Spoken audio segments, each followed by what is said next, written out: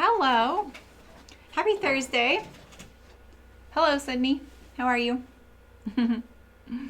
I am just going to be sewing some stuff. I'm getting ready for the sample sale I'm going to have. Oh, I was going to zoom in my camera because look at it doesn't like my sweater. Hey, Noemi, how's it going? Let's see. I got distracted when I started to do that. Oh, I can't remember what I was doing. Let's see. I'm going to just zoom in a tiny bit. Let's see. Just so it chops off a little bit of the sweater. It's distracting, isn't it? There we go. Hey, Mullen. Good evening. How are you? Okay. So, yeah, I'm having a sample sale soon. I'm not trying to advertise it. It won't be a big deal. Just like samples that I've sewn for drafting all the patterns, things we've made for the stream when I've made multiples, things I've just had kicking around for a bit that I keep for like reference or don't do this next time. I keep those things because, you know, you think you have a brilliant idea and then when you go to sew it, you're like, oh, that's right. This doesn't work. So this is me right now and the Charm Keeper and the Notions wedgie that I have promised to Patreon folks as free patterns. If you've ever bought those patterns from me when I was Chicken Boots, thank you. I appreciate that. Oh my gosh, Kathleen. Hi. Oh, Sydney, get some lunch. It's 11 a.m. But you know what's really interesting about the Charm Keeper and the Notions wedgie is I designed the way I have those designed currently as far as sewing goes is so set up for production. And I'm really trying to make it like more home sewing friendly because not from a skill level thing. It's more of a materials type of thing because I always sewed those with half a zipper, like one half of the zipper. So, oh, I'm glad to see you, Kathleen. Kathleen, look what I got. Let me see if I can point to it. It's actually directly behind my head, but do you see this right here? I can't get it off the wall, but I gave Rebecca some knitting needles, and she gave me that little drawing of poppies. You know, I'm like California's #1 fan, so I really appreciate that. So it's kind of fun. I thought, oh, now I have something on the wall from Kathleen and Rebecca, so that's kind of cool. Anywho, so that's what I'm up to today. I'm just going to hang out and sew. I know I wasn't going to stream this week, but this week is all about getting prepped for the sample sale. I have all kinds of weird stuff out there. A pile of zip doubles, a few project bags, pin cushions, pie slices, and cupcakes. Only a couple bins because I'm actually keeping a lot of those. I had them all on the table, and then I kept going, oh, I could use that one here. I could use that one here. So that was kind of funny. And then, and some samples from things I've never released into production, or they were just like the, what do you call it? It was like one of the steps that got to the final design. Hello, Cass. How's it going? Oh, perfect. Well, that's what I did that for. And then I just delete that post because I think it's really confusing now that Instagram has lives, not that that's a new thing, that it could look like I'm trying to say I'm live there. So I just say that I'm on YouTube now. So it helps because this is where I live. So anyway, so yeah, if anyone, hello Esther, how's it going? If anyone has bag making questions, feel free to ask. If you are a bag maker, like doing this as a living, feel free to ask questions. I am fully open with my information. I do not look at it as competitive. I do not have a bag making business. I never looked at it as competitive when I was Chicken Boots either. I always was happy to help folks. So, anytime. I would much rather do it in a live stream than direct messages. Only because this is my time that I'm here for that, you know? Unless you want to pay me. Then you can pay me and we'll consult. I'm fine with that too. So, yeah. So I have this weird little bin here. Look at this thing. I think, so do I really need to explain all my weird, look how wonky it is. It's super wonky. It's really crunchy right now too. It's been in the bottom of a bin and it's cold. The vinyl gets kind of wonky. But you know, I'll probably sell this for like $5 or something. And I didn't finish binding it right here because sometimes I go, oh, that's what's wrong with this. And I don't finish. Hey, Michelle. Hey, Allison. How's it going? I just noticed there's a little flaw here too. So some of these may end up going into the trash. It's just how it is. This is my effort of figuring out like what I can throw in the pile. I try not to throw stuff away. I also try not to donate things that aren't functional. So this is my attempt at putting, you know, 2 more hours into something that never deserved it, but at least makes it not go into a landfill is my kind of my thinking. So we'll see. I always learn stuff from this too. I actually find this kind of stuff. This kind of stuff I know drives a lot of people crazy, like going back and fixing junk that's been sitting there haunting them. I have that. It feels the same to me, you guys, but I get a lot out of doing it, honestly. I always get something out of it, even if it means I rage quit on it sometimes. It kind of rekindles the interest in something, or it sparks the idea.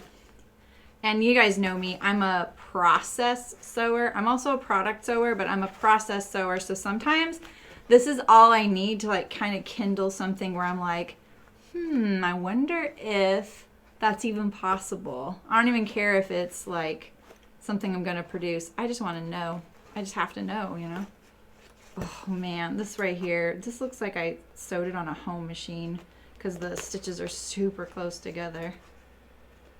So yeah, I probably won't be as I'm trying not to be as chatty, but it's hard. If you guys are quiet, I start chatting. So feel free to chat away. Oh man.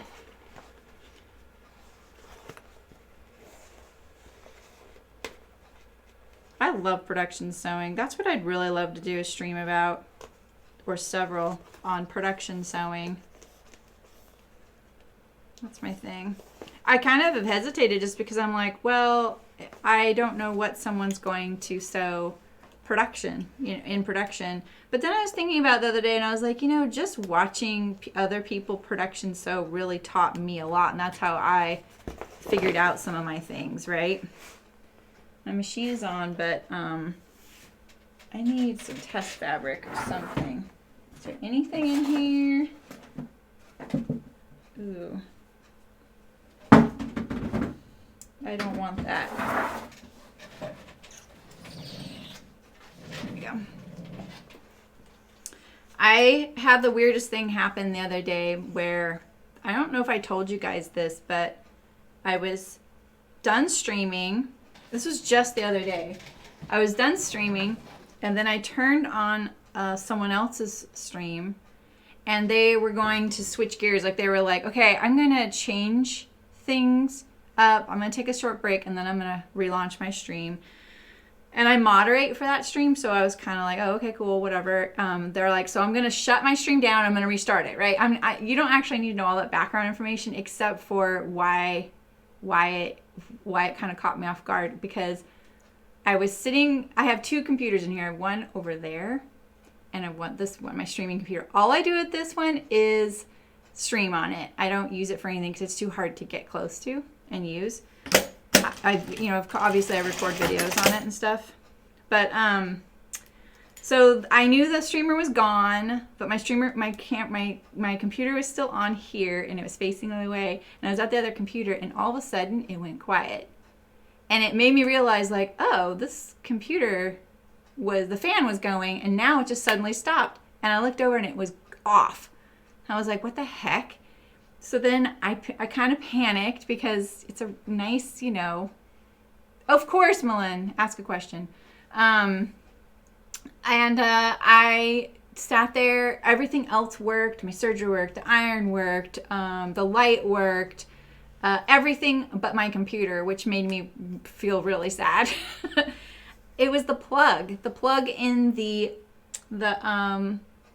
heavy duty surge protector I have. For some reason, I never tested it after that. I got kind of mad at it. And I plugged it into a completely different surge protector and it was fine. My computer's fine, thankfully, right? So then I bought a new surge protector because I wasn't messing around with that. And now I can't get my iron and serger, that's the only two things, plugged into it. It pops the circuit.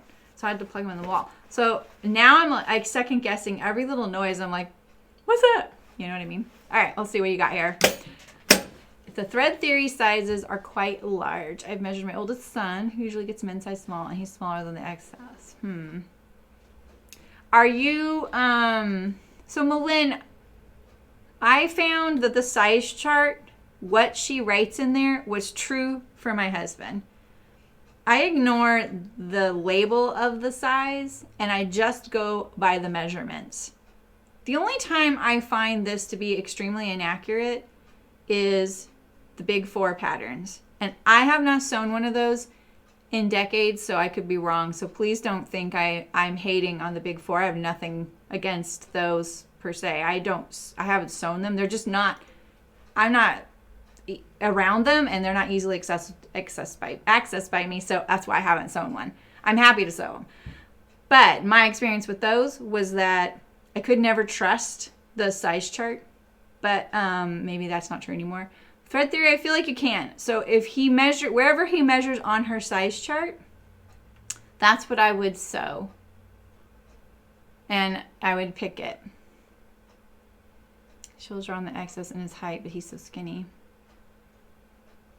So usually he's smaller than the XS. Yeah. I would just go by the measurements. Look at the size chart, not the finished measurements. I mean, you can look at the finished measurements. Those are helpful too. Commonly graded metal frame. Metal frame. What does that mean? Pressure foot adjuster. Awesome. Knee lift. Awesome. I'll let you ask. What are your thoughts on a straight stitch machine for garment sewing? That's all I use. I was just talking to someone in my DMs about this. He will get a slouchy hoodie. Yeah. Esther, I use a home machine for buttonholes and zigzag. But I will say there are industrial machines out there that have a straight stitch and a zigzag. And someone in my chat, I don't remember what video it's on, so I'm really sorry, was in the comments of one of my streams, told me about a buttonhole attachment for this machine, and I could not wrap my head around it because this machine has no zigzag at all. But what happens is the attachment, it moves around, so it creates the zigzag. But the drawback with that is that didn't look like something easily installed and uninstalled on your machine, so it's a hassle. But then she found one that was. So, Esther, if you're going to be doing production sewing, I absolutely think you need an industrial machine. And I'm not very opinionated on a lot of things, but I am on that. Oh, are you saying that you need to grade it down one? All right, so I know why this is tough. See, this is already finished right here. Look at this. I hacked it. This is not how I usually leave it, so I'm kind of, I don't know what happened here. Let's see if I can finesse this. It's not worth it, I'm sure, right? Let's see here. I'm going to pull it a little bit.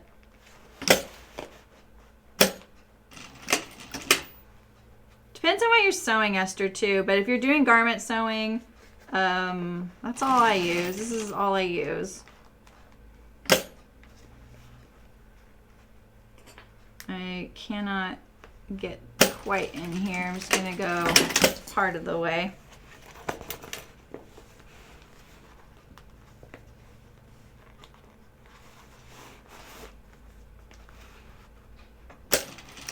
This didn't quite match up. I'm pretty sure that's what happened here.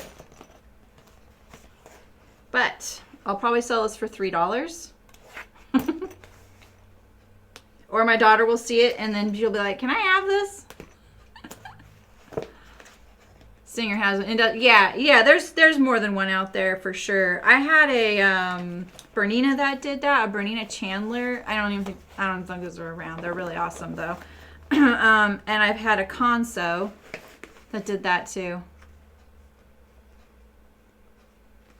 Yeah, and it does, Esther. So I'm planning on doing a video soon about why I like sewing with an industrial machine. Obviously, hi Andrea, how's it going? But I don't think they're necessary. I just like how sturdy and consistent it is. So the things I would think about is, do you need it to be portable? Because this is absolutely not a portable machine. If you have to have this serviced, you have to have someone come out, unless you get one without electronics, and then you can bring the head, just this part, to the place to have it serviced. That's fine. They're fine with just having the head. Oh my gosh, this bag is all sorts of problems. How's it going, Andrea? I'm just sewing today. I don't usually do a stream like this, but I am having a sample sale of all the like extra stuff. So I'm like cleaning up some things, and this is a really old prototype of an idea. It wasn't an idea because I'd already made it before. It was something about the sewing. Oh, I know what this is. This is if I could bind this bag using the binding machine.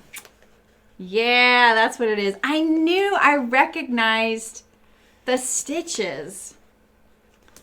That's so funny. Now, seeing it not go through the zipper, that's what caught it. So the other thing is like, so I can tell this is the binding machine also because, let me see. Yeah, so when I took that out, it takes out the whole piece of binding. See, so when I sew it on this machine, I sew the binding onto the bag, I turn it, and then I edge stitch it down, right? So it's been sewn twice. With the binding machine, it hasn't been. So that's totally what this is. I was really putting it through the ringer. Could I bind this bag on the binding machine? Because this was the favorite style boxy bag that people really wanted, and they kept asking me to bring back, but they were just too much work to sew. So slouchy is fine. Yeah. Yeah, totally, Andrea.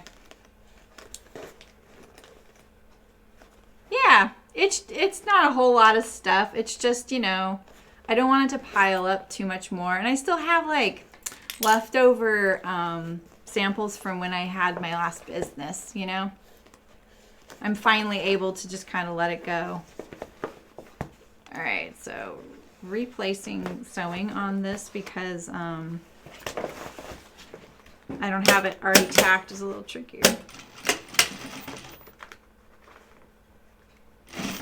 Yeah, the things I like about my industrial are, like right now, my presser foot is holding this down so hard, plus it's got the needle down, right? A home machine, obviously, you can do the needle down. But there's nothing that beats the pressure of an industrial machine for me. I just love it. Okay, let's tuck that in there. I don't know if I caught this on the other side, is my only thing.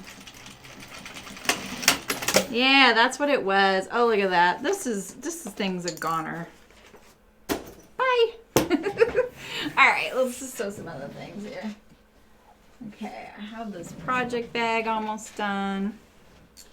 You gotta know when to fold them, folks. You just gotta know. All right, let's see here. This one is almost done. Well, actually, it's not almost done. But the thread change part's done, which is awesome because I don't like that part. Okay, not that it's hard, but you know, it's the thing I like to whine about. That was always the thing me and Rayanne would be like, let's spend 20 minutes planning our whole sewing day around how to sew everything with the minimal amount of thread changes when we could have just done the dumb thread changes and not lost that 20 minutes. That's awesome, Andrea. You know, Andrea, what you said the other day really stuck with me. How you said, I'm cutting this with the smallest scissors ever. about that the ambassador thing is a lot of work.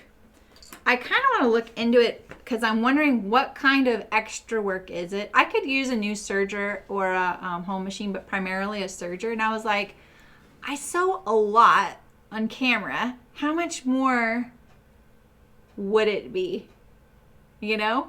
But I totally respect that you told me that. So it makes me a little cautious. And I really don't like being beholden to someone else. I don't look for sponsorships where I would have to be nice. Like I'm nice anyway, but you know what I mean? Like I would have to maybe say something I wasn't quite behind. I just want to do my thing. I don't want that to change. What is going on here? This is the bottom. This is the bottom, right? Where's the other bottom? I counted my pieces, so better be here. It's not here. Of course it's not here. These are my ends. You're here. That's that pocket there. Really? Okay. Well, I'll do the other one then. Jeez Louise. It's so much work to do this kind of stuff. Like to find everything.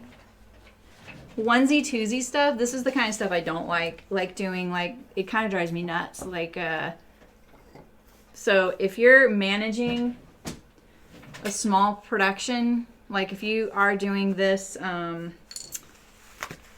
if you're a bag maker and you're doing this as a living, the kind of stuff that kind of kills your profit is this onesie twosie stuff. Not to mention that I'm just going to say it, you're probably not honest about your pricing. So that also kills your profit. But the onesie twosie stuff. So say we were sewing and something happened, like a mistake, right? It immediately gets set aside if it can't be fixed right that second. We don't waste time on it. We keep the flow going.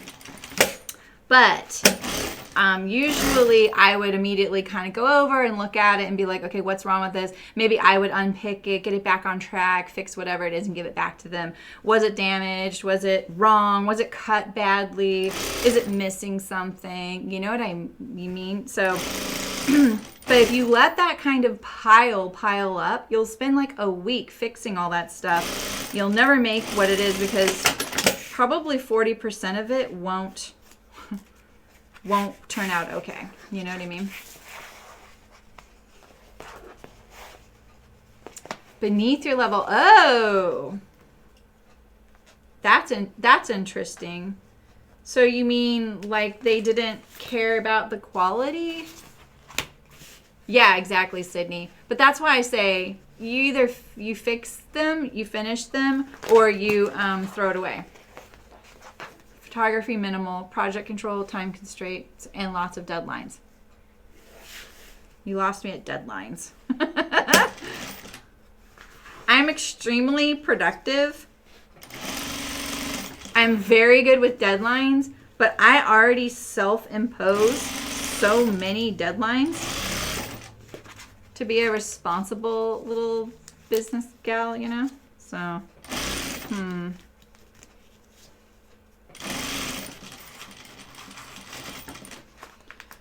Anywho. Yeah, I went onto the Juki site and I was like, maybe I'll just poke around on here a little bit. I didn't see anything of that nature that they do that, and so I feel like it's probably not a possibility. I'm not like Juki or nothing either, but at the same time, I've been kind of curious about a Juki home machine. I've never sewn on one, so I kind of want to know what it's like. And I thought, what better way than a serger? Since it's something I probably should upgrade. Because we're all tired of seeing me struggling.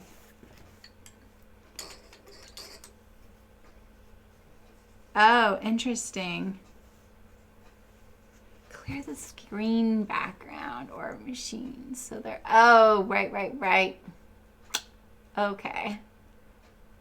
Interesting. I see so many people as machine ambassadors. Oh, really? Okay, Andrea, that's a good point. I actually think I could maybe approach where I bought this machine. Gosh, Esther, I was on their website and they have this platinum one. It's like a limited edition machine. I don't know what that thing cost, but it was pretty. It had thread snip and a few other features that.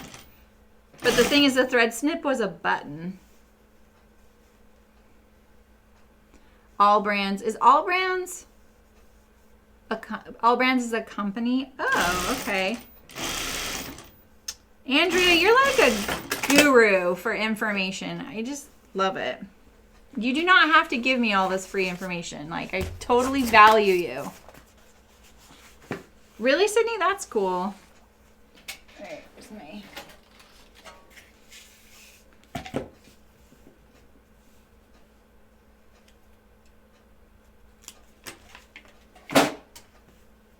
This is how I always set these in. This is not how I did it in the video, I don't think, in the... when you buy this pattern from me. Oh, shoot, this is not how I did it. I did this first. I did this first. Turn it down.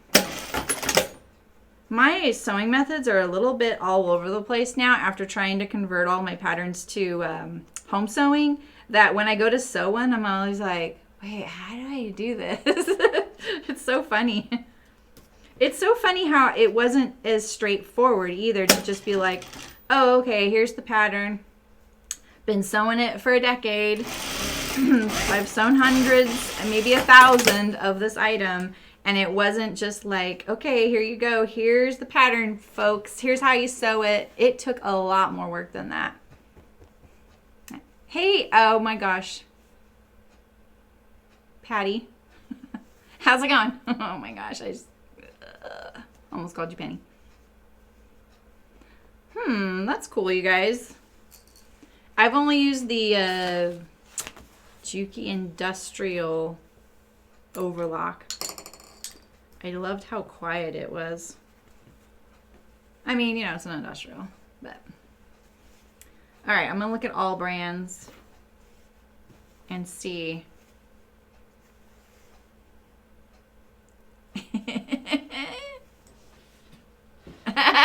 Andrea, I love that though. It's so interesting the older you get, and I don't want to call it wisdom, but it is a little bit of wisdom of like, because you've experienced more, right? You kind of been around more and more people. You start seeing certain traits in someone like, oh yeah, that makes sense that they do that because they've always done this, right? And I now like can look back on who I was in my 20s or my 30s, and I'm in my 40s now, and kind of go, because I don't think like I've been consistent, and then I'm like, oh, I've been consistent. Because I think a lot of people always thought I was annoying and a know-it-all, but it's really that I just love to help people, and I'm like on their side. I'm not trying to tell them how to do it. I'm more like, what if we did this, or how about this, or what if you fixed it this way? I'm never the person girlfriends come to with a problem, because I give them solutions. You know what I mean? In fact, they don't like me. They stay away from me. You want a Juki Industrial overlock? I kind of do too, Andrea, but I just feel like if I ever had the chance to move my business back home, I don't know if I want to have 2 industrials there.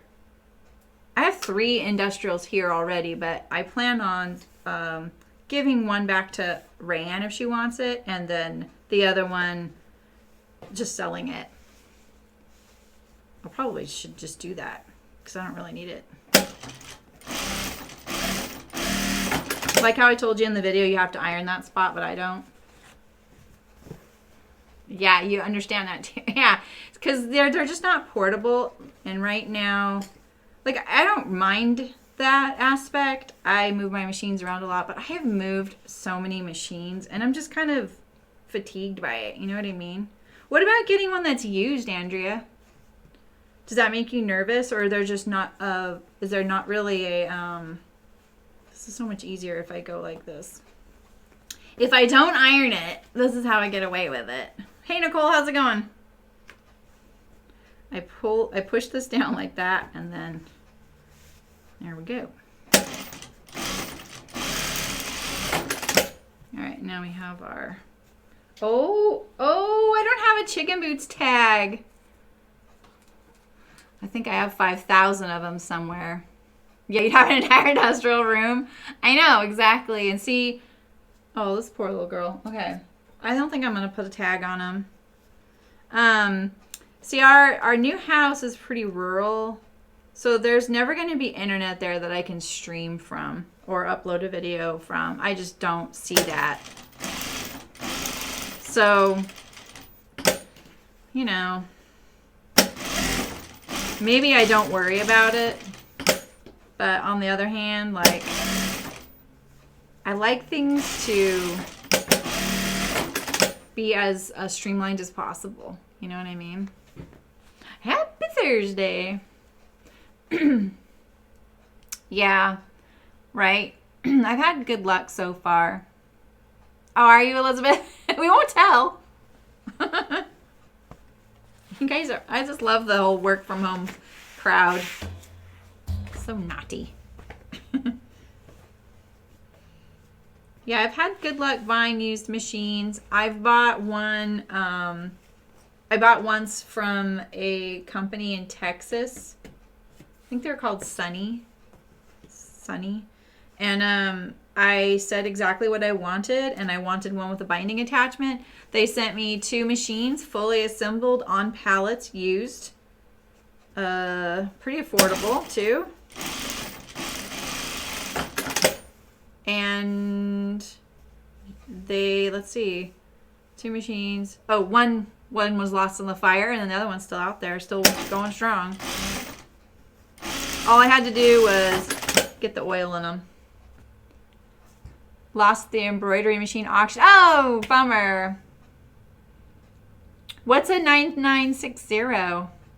You can't lose me? I know. Yeah, I know, Andrea. It's a struggle, though, because I'm just like, okay, I could just transition to not streaming, right? And then figure out a way to upload video occasionally, or just work on patterns for sale. But I really like the community of streaming, and I feel like it's helpful, you know? I'm sure you understand that. You're such a pro at helping folks and using so many different video platforms. Like, you've been doing this for a while, where I was just like running a factory, you know? You're baking 2 apple pies. That sounds nice. But at the same time, I want to be realistic, you know? I figured out the other day, like, okay, if I were just streaming, that wouldn't work. I just can't. But I need to pay overhead here, which is a minimum $1,000 a month just for my office, internet, you know, all the, like, stuff like that, the PG&E. That's not materials for projects. You change back to once a week. Is that less? I feel like that's less, right? See, look at that fine cutting job. That stack cutter's no joke, you guys. That's awesome, Allison. I'm glad. Working for a crowd, exactly. Yeah, I know what you mean, Esther. I love that background sound. You do, Allison? That's great. Yeah, I love it. I do the same exact thing, you guys. Granted, a lot of the streams I watch are gaming streams, and there's gunfire, and it's a little different. It's a little distressing for people who walk in here. But I love the banter of people playing a game. I love the giggling and the raging and the zombie noises. That's very comforting for me. What does that say about me? Oh, me too. No, I did, Nicole. I'm sorry it took me so long. It's really hard to find where the people are waiting now. I'm going to iron these two. I'm not going to finger press in front of you guys.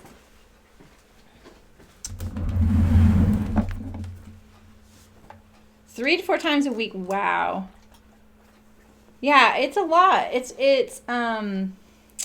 I think about streamers who, like gaming streamers who stream, 14 hours a day, every day. Like, they obviously don't have to get machines and projects ready, right? But at the same time, like, I could not do that. I just could not do that. I thought my iron burned me this morning, but it just shocked me. It's that season.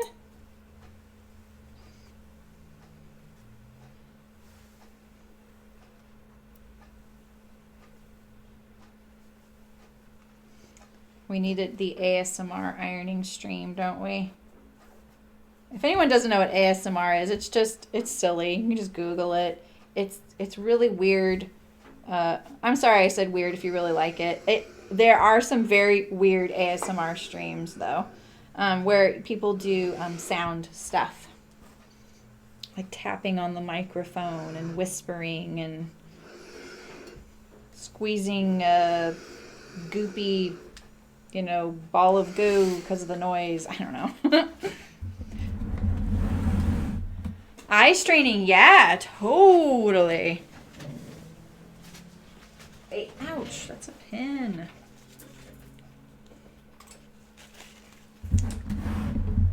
You got the wool. Do you like it? I like how sturdy it is. Like, because I think because I have dropped these straps 3 times since streaming. This was the bane for me. But I always had a method. This is what I would do. I would loop them. Can you see this? My little cart here. I would loop them through the handle of this cart. And see, I forgot those little things you learn, to do. I also wouldn't have all this junk on my table right here. So yeah, the wool mat, I like it because I have it on a really stout shelf.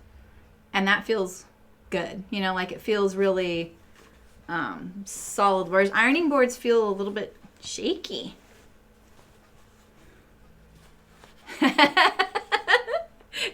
Exactly. Yeah, they love that. Nancy will sometimes be like, listening to the iron, I just love it. Well, and Andrea, it's really funny because, yeah, exactly, Allison, me too. Whew. Sometimes that's a featured streamer when I open Twitch, and I have to, sometimes I'm like, what are they doing? And then sometimes I'm like, I have to shut this off really quick.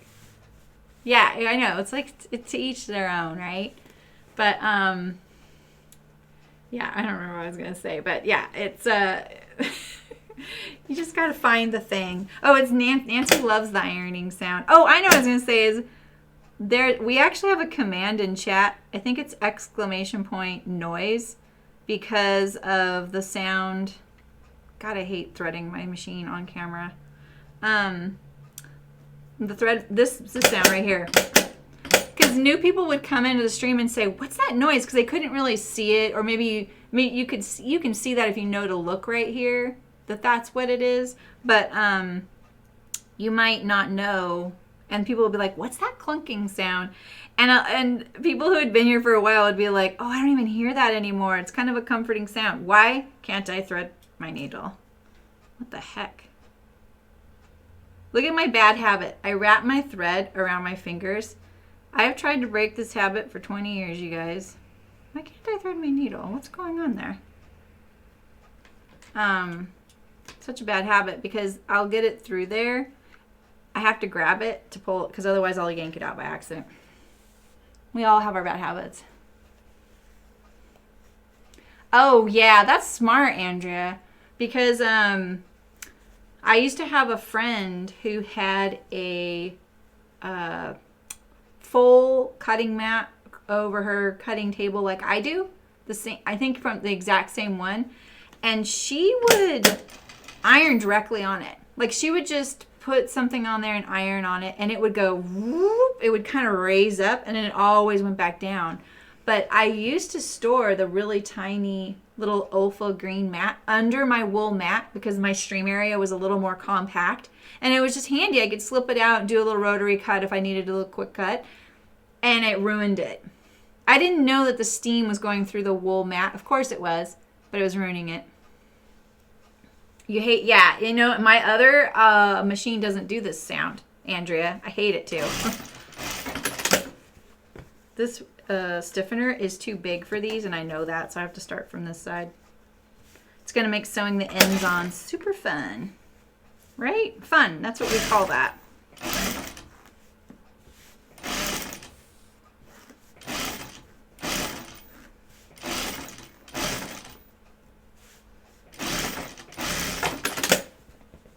Did I catch it? I did catch it. No, it's not heat protective at all. It's basically just a chunk of wool. So anything can pass through it on the undersurface. So I have mine on like what I call a Gorilla shelf, like those brand Gorilla shelves. So it's like the steel shelving people put in their garages with the particle board shelf. Particle board is the shelf, and then the steel is the frame of the shelf unit. And so that particle board, if I probably lifted up the fabric, which I have covered in fabric. So if you look, I'll show you my iron. Whoops. Oh, what's going on? Oh, I have a camera cord touching the screen. So look at this right here. So I have the particle board covered with a piece of fabric right here. But yeah, this is just the wood. Right? Anything can go through that. All that steam buildup. Yeah, right? You iron right on the machine table and the silicone cutting mat, yeah. I know. Well, she would, I don't know if she would put something down or not. There weren't wool mats, but I feel like she wouldn't. Yeah, exactly. Yeah, so I think the particle board, it still feels flat, but I'm sure it's a little more textured now and bubbly. Yeah. Yep. Yeah, exactly, Andrea. I'm with you. Okay, yeah, and one of my tables out there is melamine, which I feel like it can mean so many things, but basically it's a piece of plywood or particle board that's been laminated, you know, like with countertop on each side. You can just buy a 4x8 sheet from the hardware store. The other one is a piece of subfloor because it was more affordable and more stout. And so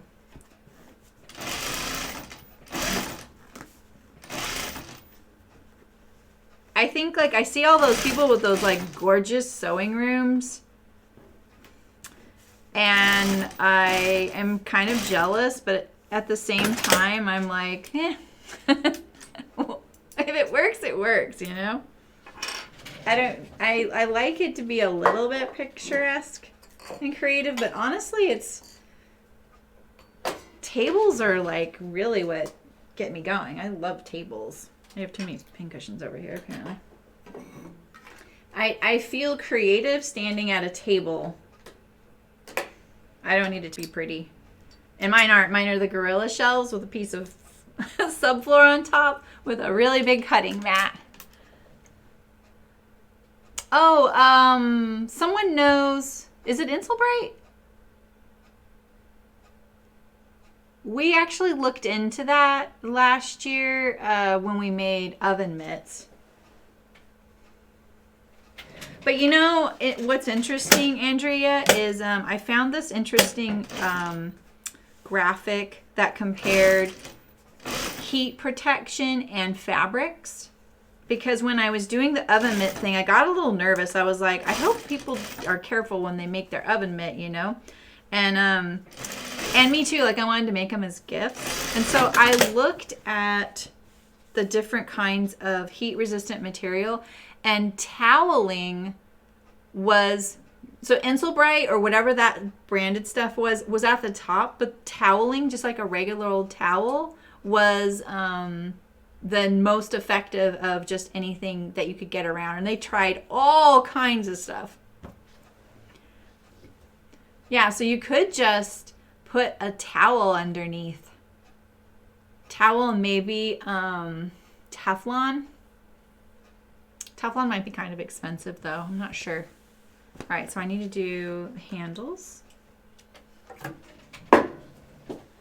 Need the black thread.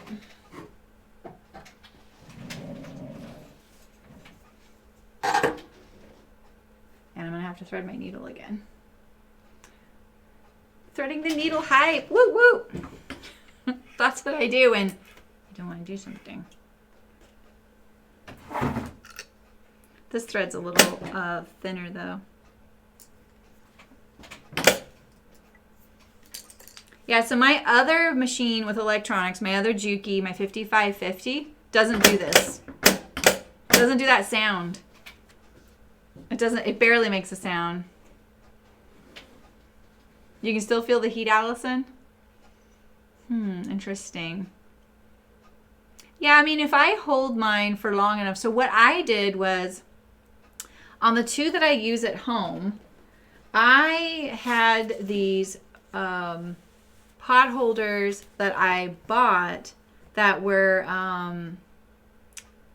is it Calphalon that makes the nice pots and pans? Because that, I'm pretty sure it was theirs. And so they were just like canvas, but then they had silicone stripes on them. And I cut those up. They were too big for me and my husband's hands. We couldn't grab anything. They were really stiff. I cut those up and I put those on mine. So, right? Exactly, Andrea.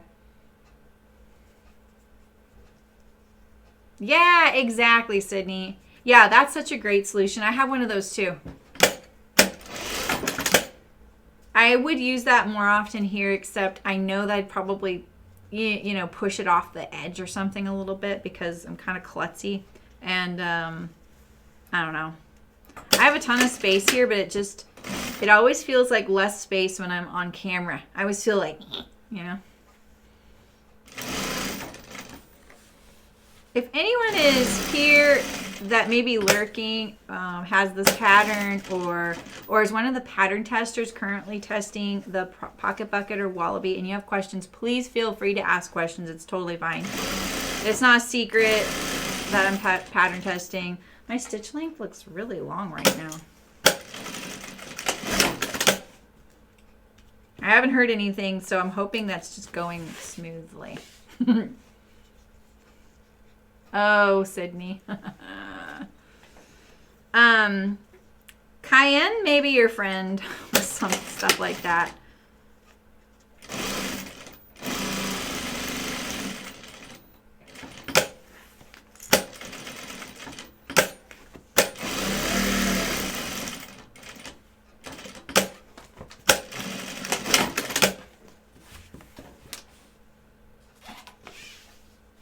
What are you having for lunch?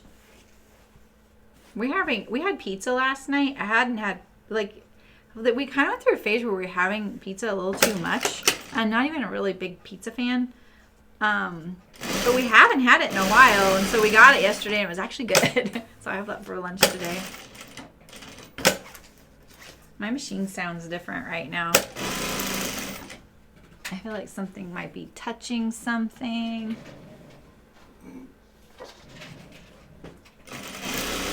That's the other thing, Andrea. Do you ever find, I don't know if you're still here, Andrea. You don't have to stay. It's okay. I know you're busy too. But I always find it interesting, like, things that people don't realize you have to worry about when you're streaming is nothing can touch whatever's the camera's on.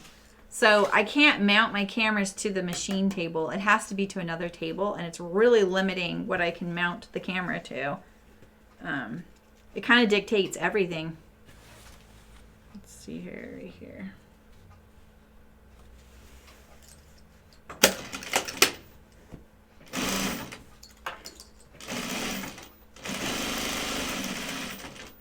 My machine sounds really different right now. Oh, that's really crooked. I have a solution for that.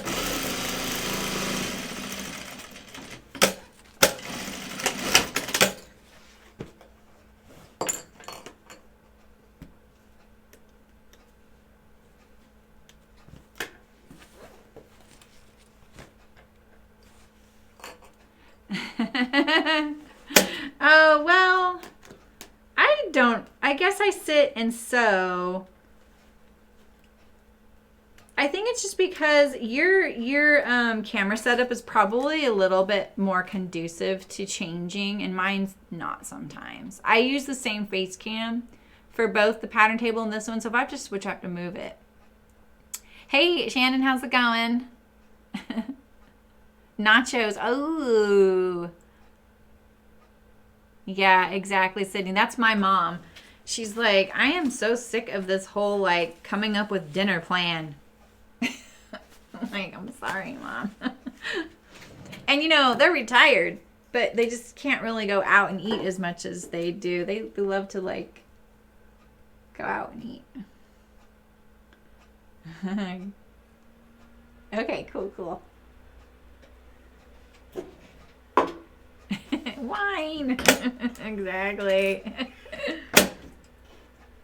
I always think it's funny, the waves of that I go through about streaming, Andrea. It's like, okay, because I love this. This is, if I could just do this, hang out, sew with you guys. Maybe a company says, hey, we sew this project for us, and so you can show it off and whatever. And I'm like, sure, here you go. You know, that would be ideal for me. It's trying this. I want this. This is what I want to do, but I need other things to be able to keep it going. And it's hard to have time for all that. You know? It's tough. All right, so how do I do this? Divider. Is this the crooked one? Yep, we're putting it on here then. Oh, really, Andrea? Ooh. That's cool to know. All right, we gotta trim this down. Where's my scissors? Where are the scissors? Here they are.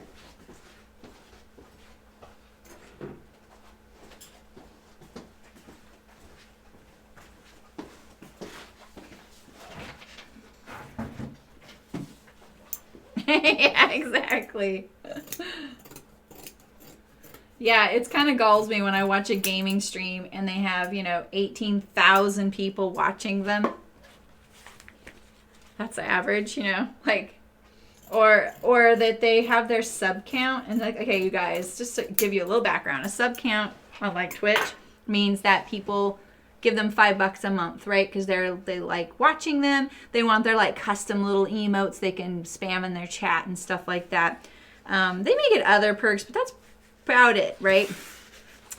They will be like, whoa, holy moly, I have 50,000 subs. You guys, do the math on that. These are really big streamers I'm talking about. Like the ones I like watching are the ones that are pretty small and they have like 200 subs, It's like, that's crazy. Like the world does not realize how much money is on that platform. It's kind of kooky. It's too much. Too much. Yeah, I think HelloFresh is a good idea. Okay, where was I? This is where I was. It makes you leave the studio. Your kids are all grown, right? And out of the house. Oh, Andrea's daughter is, just so you guys know, she is a cake decorator and bakes cakes and does amazing things like that. Sorry if I'm downplaying what she does. But she's in a contest. She's trying to get votes. I entered a contest yesterday. Andrea, there's a contest right now for content creators. I saw it yesterday when I went into Streamlabs. How do I find out about it for you? So there's this website called, if you Google Oslo.io, they're having a contest. And you just need to upload a video. It's actually really easy to enter. I'm sure you have a video that's under 30 minutes. You just need to upload it, sign up for an account with them to be able to do that. The prices are really good.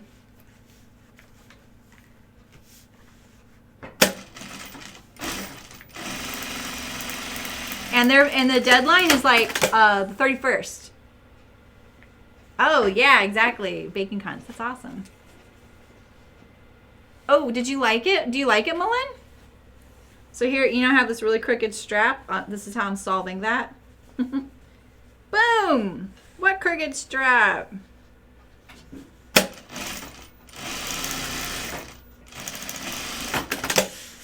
This is such a good encapsulation of why I don't think of myself as a perfectionist sewist. Because once you're a garment production sewer, it's really hard to do it. No, not that. No. It's actually a content creator. I'm not actually sure. Oslo.io. I think Oslo meaning geographically, not the iron company. Let me see if I can look. I can't. Let's see. How do I get back there without leaving my stream?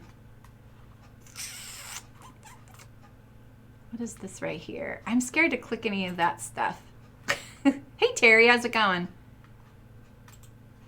Do you use Stream? You don't use Streamlabs, right? Because if you use Streamlabs and you go into your account, if you go into your account on the website, not through your encoder, it's right there. It's like a notification. And I never log into my account on the website. I just use the program on my computer. But I needed to check something and have to do it in the account. Even though there's a ton in the program on my computer, not everything's there. And that's where I saw the notification. So I obviously hadn't logged in since September or like August because it's been going on since September. So Oslo.io, they have an Instagram account and that's it. So you'll see it.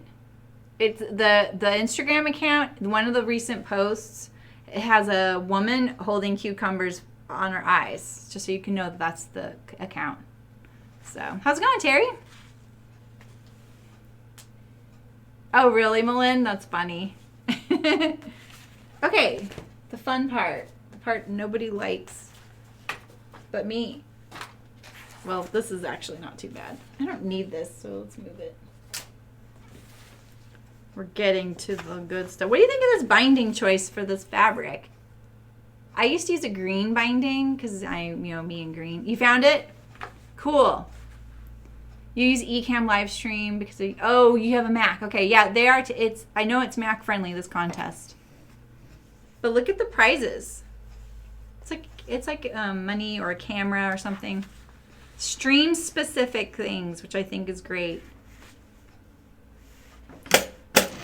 I'm like, I never enter contests ever. It is so rare that I do. But I thought, honestly, I'm like, these are the things they think I need as a streamer. Oh, really, Terry? Oh, that's a bummer. That is a bummer. Yeah, you hear that noise? Something is not quite right. Something is not quite right. I think it's my needle. Let's change needles. Let's put in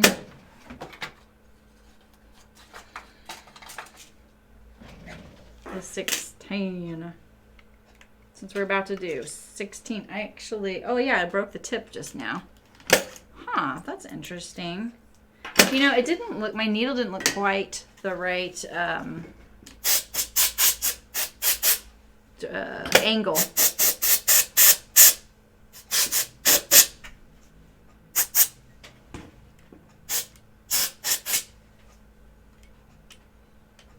What's that in there?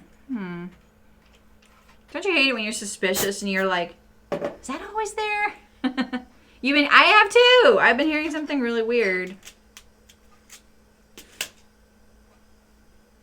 Where'd that little tip go?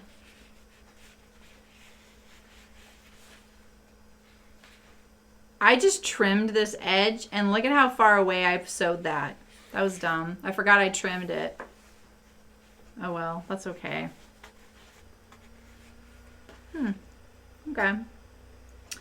Oh yeah, look at that. There's a little piece. Not good. Was that my ballpoint needle? That could be... No. What did we just sew? Oh, I'll bet that was a ballpoint needle. Dang, I hardly ever do that. But we just sewed the Hudson pants, so my bad. Let's get it perfectly straight in there.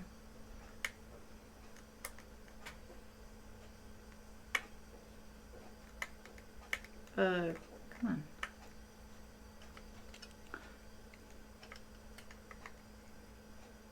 It's kind of hard to see sometimes if it's straight. I do like how home machines have the flat back shank on the needle, you know? That makes it so like positive how you're inserting your needle into your machine. Maybe I should have switched to the 18.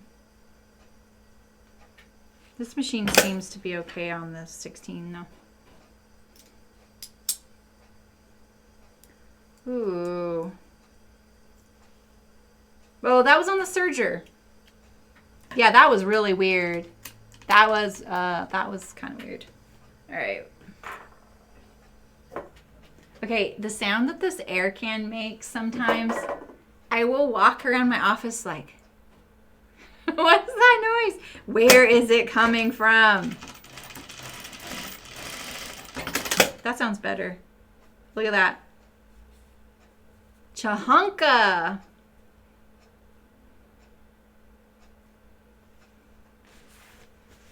Come on, Phoenix. You got this.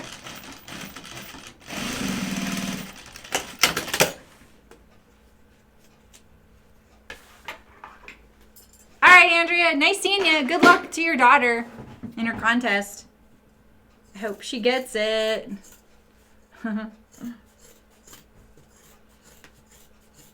You're streaming tomorrow? Right? I'm shouting. Sorry, I'm shouting.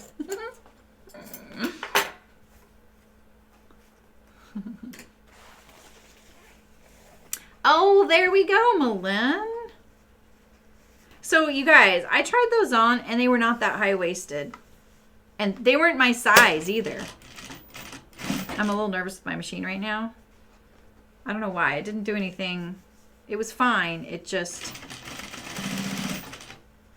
I'm sure that that's what it was. I had the ballpoint needle in there. Why does my ring keep doing that? There we go. Yeah, so I tried on those pants, and they were like, they fit me, right? And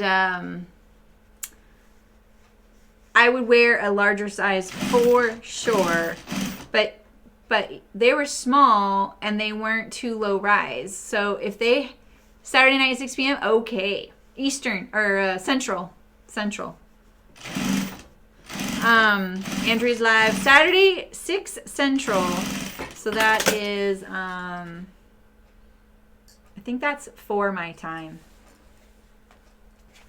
So 2 hours earlier. Or no. Yeah. Oh my god. Anyway. Okay, wait. I need to do this other side of this here. Yeah, so they weren't that low rise. I'm kind of surprised by that. So if I had made my size, I actually think they would have been perfect.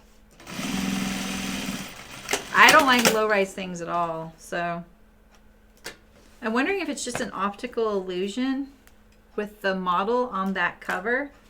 But the fact that they actually did do a post where they're, you know, adding that, maybe it is. Maybe it is low-rise, and I'm wrong. I show in the cutting video how to do it, too. I'm not going to look at their blog post to see how they do it. I don't like seeing it when it's different. I'm like, oh. I promise mine will work.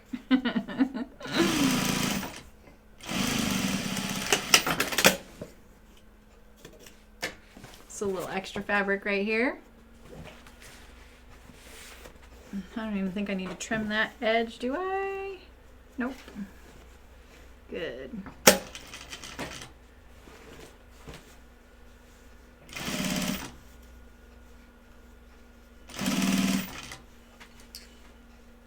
Yeah, 6. Okay, yeah, that's what I thought. 6 Central.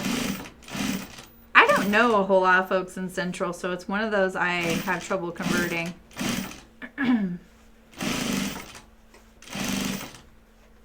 Time change is this weekend, you guys. Oh, hey, Derek. I was about to say that.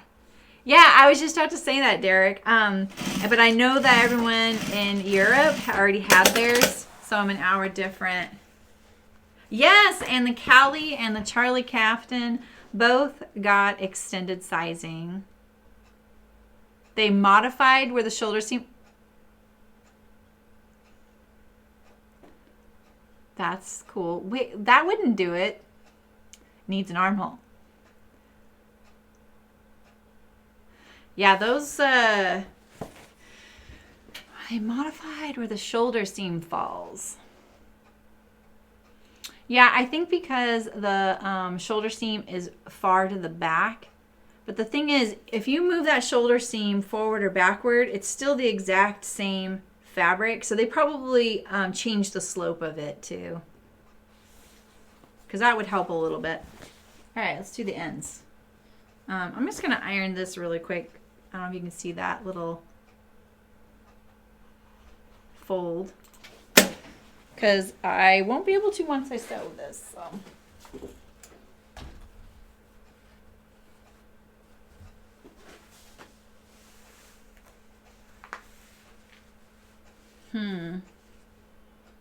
Those were oh, the Hudson's, Nicole. Yeah. I am not a long torso. I am kind of short-waisted. So that's a really good point. Yeah, just this week. Exactly. We'll be back on track next week with you guys.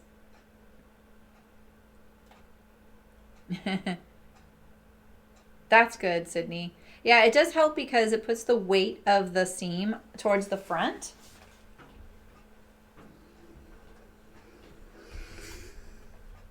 You know what I mean? I don't want to iron this too much because I don't want my interfacing inside to shrink.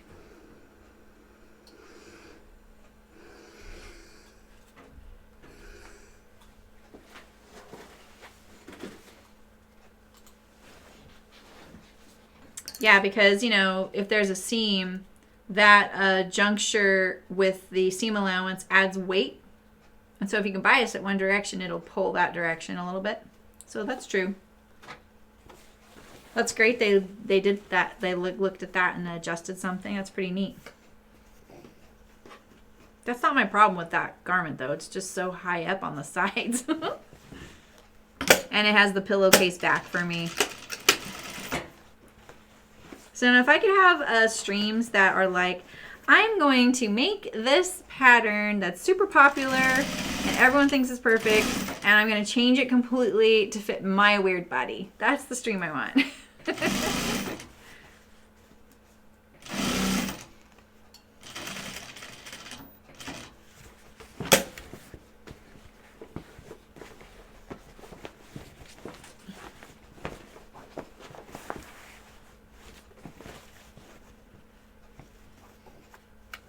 I think this blue looks so cute with this fabric.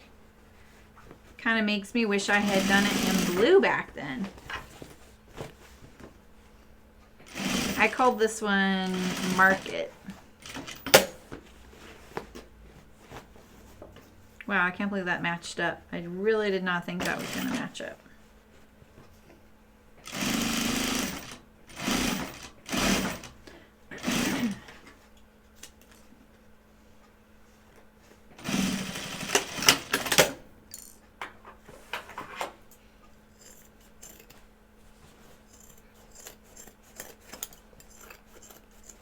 So I have all these cut pieces for zip doubles I might show them to you guys at the end of the stream to get your guys' ideas, because I don't have enough vinyl to make a kit with the vinyl in it. I can make the kit have a zipper, the ribbon for the handle, the tops, the pocket. What else is there in that? That's everything, right? But I can't include the vinyl. And on top of that, they're the way I used to sew them at Chicken Boots, they're a little different. So I'm just wondering if I can even make kits and just sell them for like, I don't know, just a few dollars, just so it's not a bunch of fabric sitting there cut all this time, you know, all the time. And then do a video on how to sew it with the way we did it, and give the zipper that way. Spoiler alert, it's easier.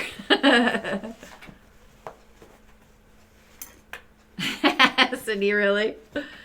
So you want to do other button-up shirts, like what? Like the Callie's? What about the Mellow Low? That'd be really cute in a plaid flannel. I don't know if the French would think that is as stylish, but I think that'd be kind of cute. Or the Cheyenne tunic. What was the one you guys were making by Helen's Closet recently? That one might be good.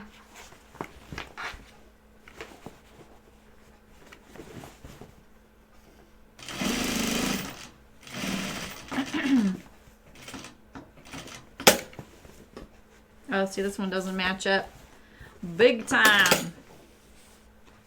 So see how, like, so this is one thing I talk about in the video. It just didn't happen during my video, but you see I go around. I know mine's kind of messy. And see how it doesn't match up here? And this is how I would fix that. I would take it out a little bit to like right here. I just get this going a little bit, and then I'll just pull it. I get it past this so I'm not pulling apart this seam right here. I'm grabbing the bottom here. Just pull out a little bit. And then, so what way was it? It was, this was taller. So this is taller. So I need to get rid of some on this length right here. So what I can do, get rid of some of these threads so I don't immortalize them, is I can hang this end off this direction like that, the amount that it's off. And then I just have to be careful where I sew the binding and make sure I catch the underside since it's up higher. It's hard to do a back tack right there. That's why you can't get too close to that corner. All right, so I'm looking at this bottom right here. I'm trying to line up my binding to that, like that. So follow the binding. It's kind of like drawing a line to it. Press that bottom seam.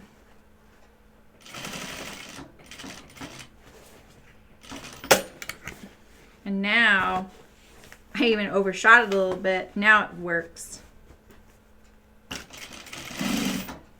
You'll see in a second once it's under the camera. But now it works. So that's how I kind of fixed that. It took me years to figure out. Every time I would try and fix it, I would do the opposite or not enough, and I would just get so crazy, just like so like frustrated, you know? Oh yeah. Gilbert. Trying to think what else. What about that new one by Sew House 7? What's it called?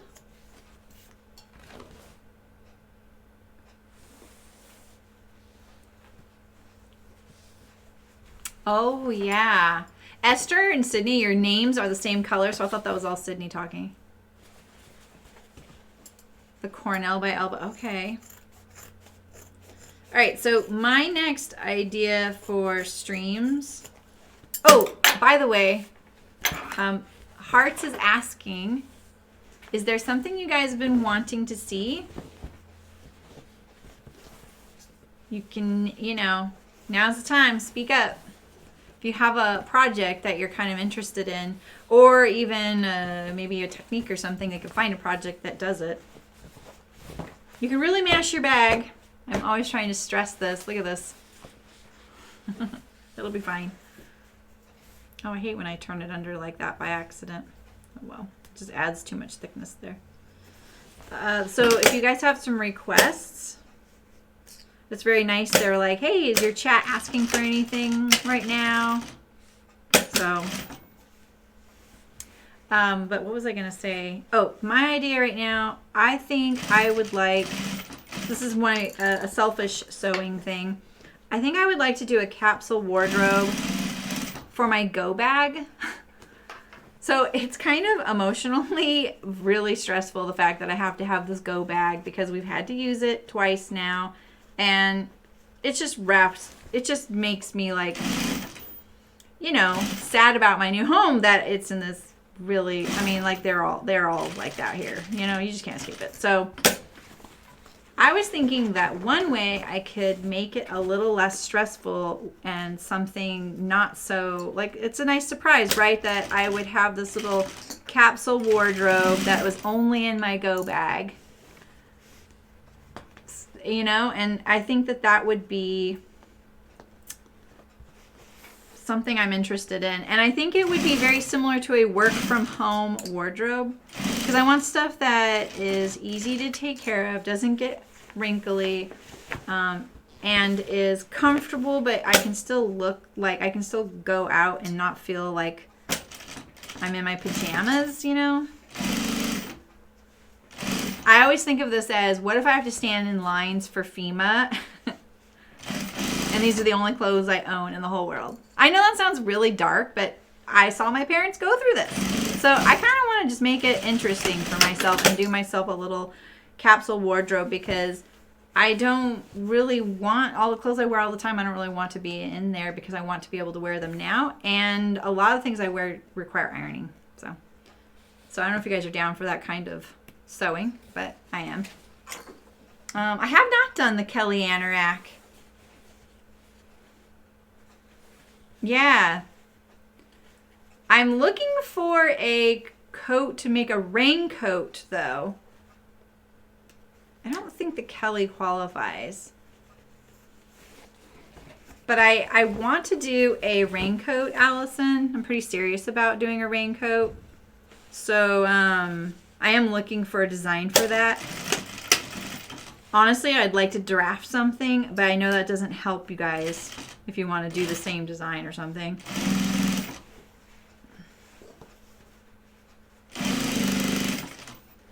All right, this bag's almost done. I hope I didn't forget anything.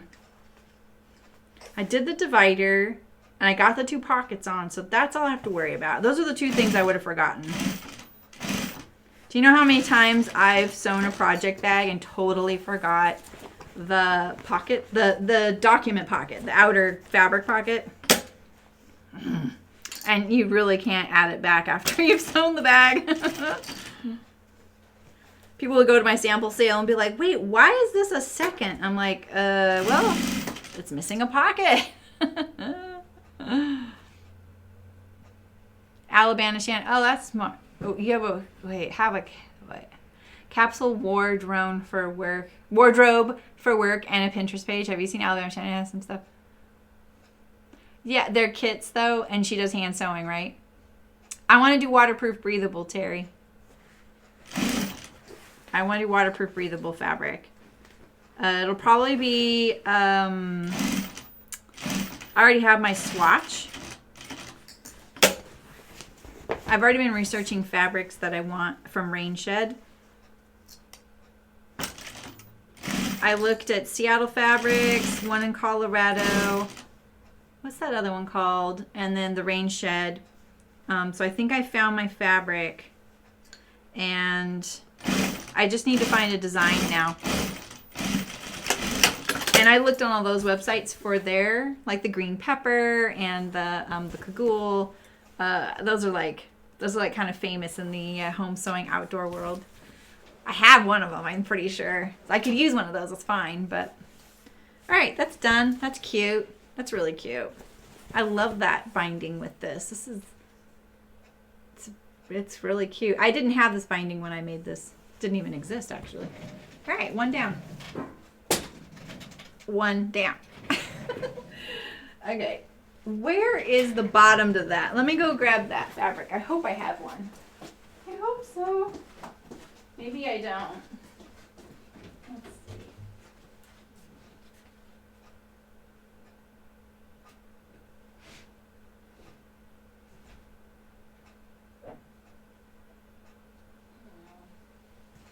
Okay, I have to go to the next room.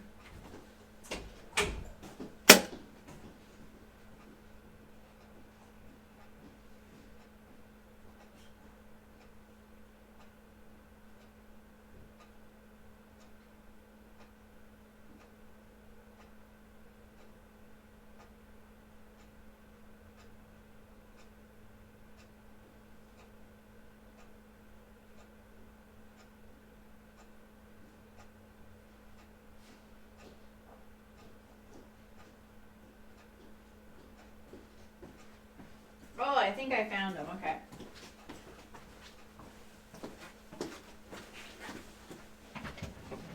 Okay, cool, Terry.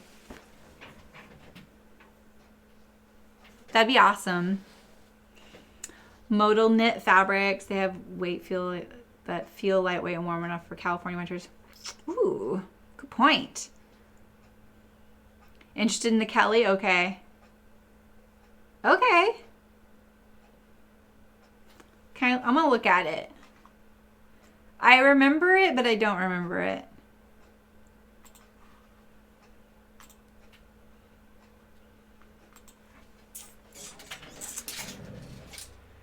What the hell is that? This is a gaming computer. I just don't game on it.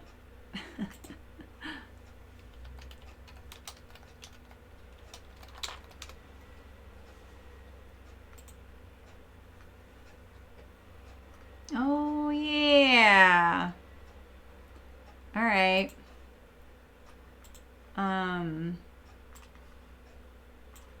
Okay, let's see here.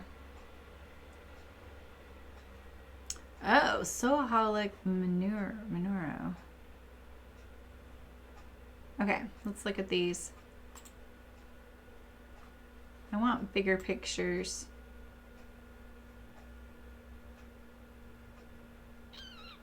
Part of it was that there's elastic just for the back piece, so it has some. Yeah, exactly. The thing is, see, this won't work for a raincoat. Does it have shoulder seams? If it, oh, but it has a set-in sleeve. This is the one time that's kind of a drawback. It's a very nice coat.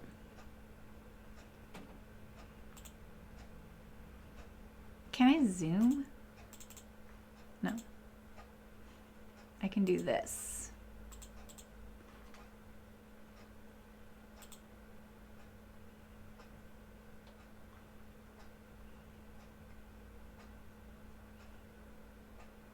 Ooh, look at that seam matching. Hubba hubba. Where's the little arrow?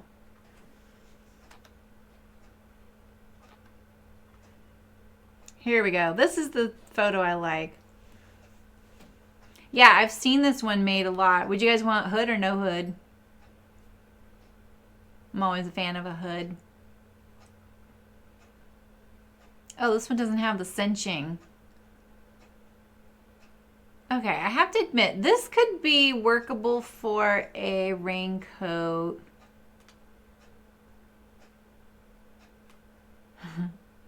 Oh, the directions are slim. Is this the coat that you're talking about, Esther? Wait, I can't see. Designed for pear shape, which I'm not sure is what you look for.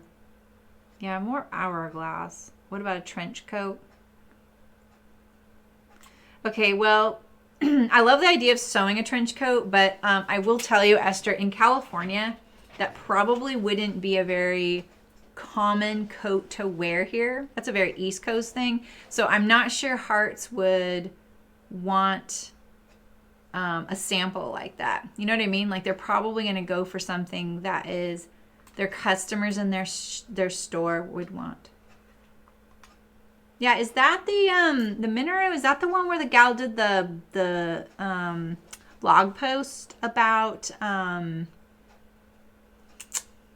the blog post? I can't remember about the lining. I thought that was Deer and Doe. I don't know. Okay, I will tell them Kelly Anorak.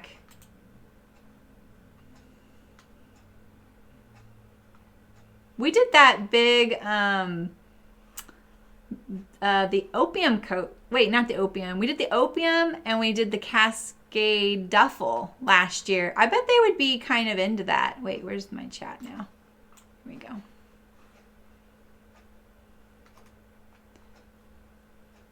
Where's my me and machine? Yeah, okay. So I got some waxed canvas recently, and you guys, it's beautiful, but I thought I ordered this from a different company, and it's the same one I ordered from that was really stiff, and I don't know what to do with it. I thought that sometimes it's like, okay, that fabric, it's awesome. Very well made, all of it, right? It's so great. But I don't know what to do with it. It's so stiff, right? So I thought that to prevent myself from ordering from them, I had unfollowed them, and I hadn't. Oh, was that the Sapporo? The Sapporo is the cocoon looking one, right? Okay, yeah, I think you're right. It was paper cut. You're right, Esther. Thank you. That's so awesome, Allison. So you're making the Kelly with a waxed cotton. How's that going, and where did you get your waxed canvas? Because mine, it's so amazing. It's so good, such good quality. It's like hand waxed and all that, and the color green is like the color green, it's kind of like this. It's so good. But I don't know what to do with it.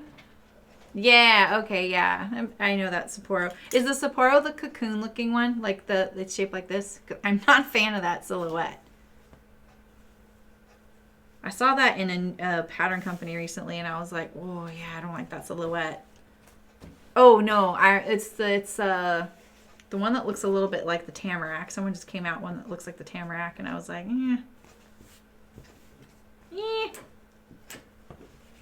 Okay, I've got my bottom. This isn't a bottom, it's a document pocket, but it'll be fine. It'll be fine. We can just trim that bit off. Let's make another one of these. Or I can make a zip double if someone wants something new to look at.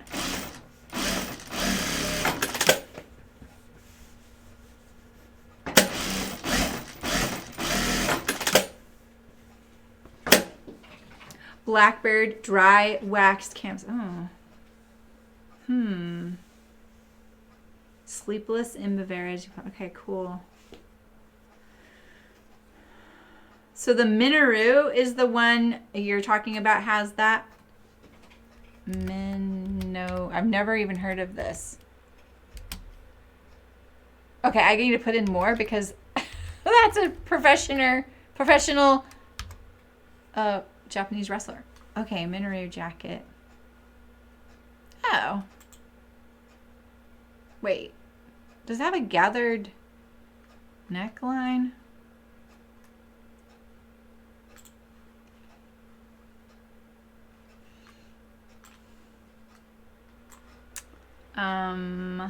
Why isn't the website loading?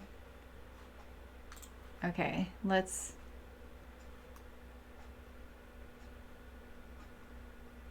pattern review. I want to look at it on the website.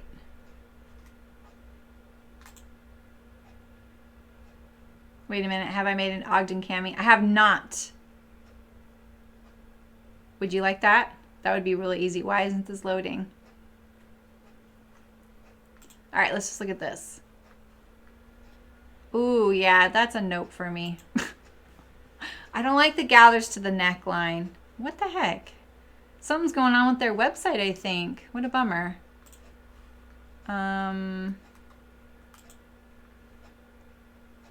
Well, let's just do this. Is this elastic? That's kind of cool. That wouldn't be waterproof though. It looks cute in these pictures though. Maybe I'm being harsh.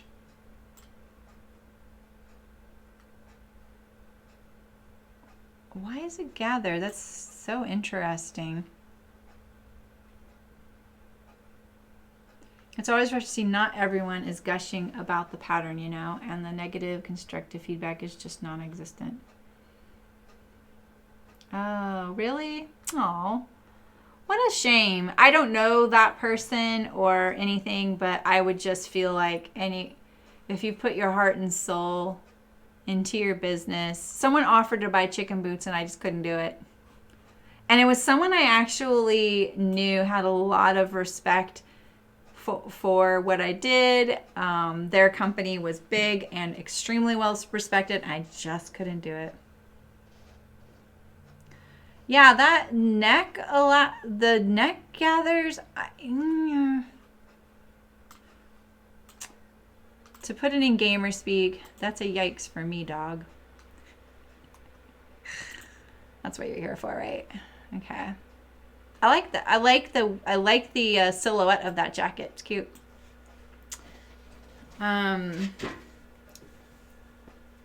Which one are you talking about, Esther? Is it that one or the other one? Hard fabric, like shifty. Oh, like difficult fabrics. I'm like, hard fabrics, like this wax cotton I can't deal with. No, I don't know how to deal with that. Shifty rands or keeping knits from getting stretched and sewing binding. Ooh, I don't have a dedicated video for that, Sydney. Sorry. Is the Ogden cami have a shelf bra? I'm into sewing that. We can look that one up too if you want. So I know some folks like spray starch, Sydney. I honestly don't know a whole lot about it. Okay, Esther. Thanks for the ideas. Appreciate it. Have a good meeting. Don't work too hard. I know there's a lot of folks that like spray starch when they're dealing with some difficult things like that. You know who I bet does that is the Sewing Report. She loves all kinds of tools and gizmos, and I see her spraying stuff on things in her trailers. She might have something about that. But I don't know how many garments she does. I feel like she does mostly accessories. So maybe not. Don't quote me on that.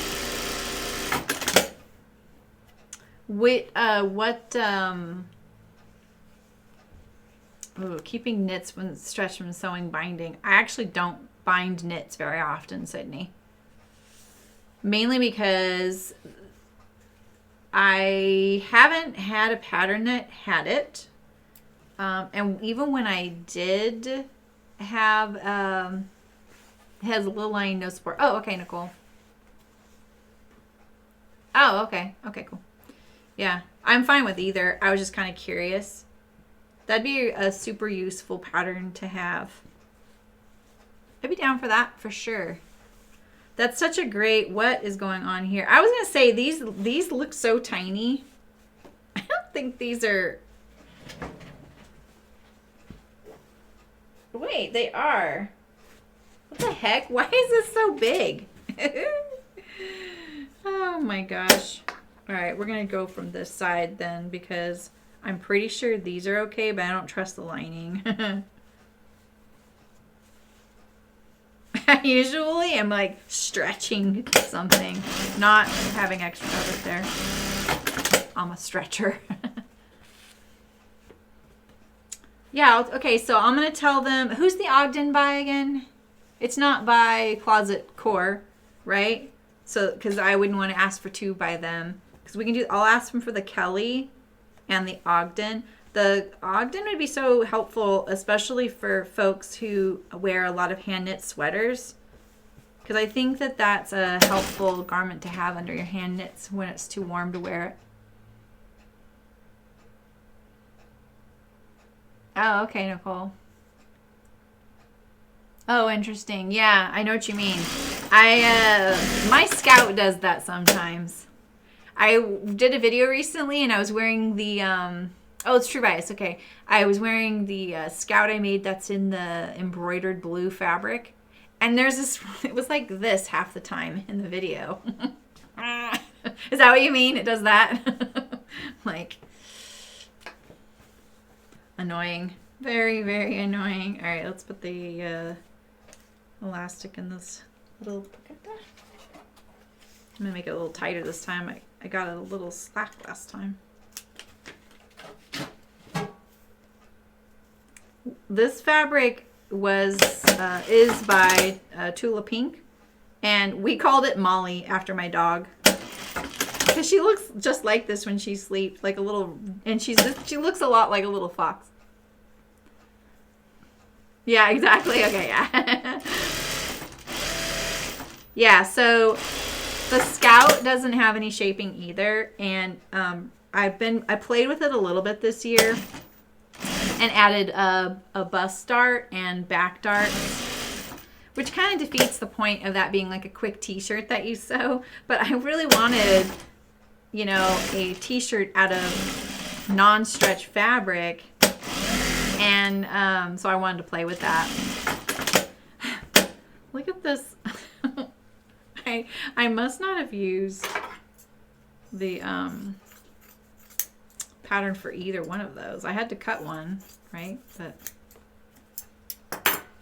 let's see. It's right. It's the same height, right? Oh yeah. Okay, we're okay. We're okay. This is what happens when you're cobbling together. But if you know it really well, you can do that. All right. So we have the bottom. We have our ends. These are almost bound. Look at this. Everything is in a state of half made. Oh, see, look at, see, this is binding machine.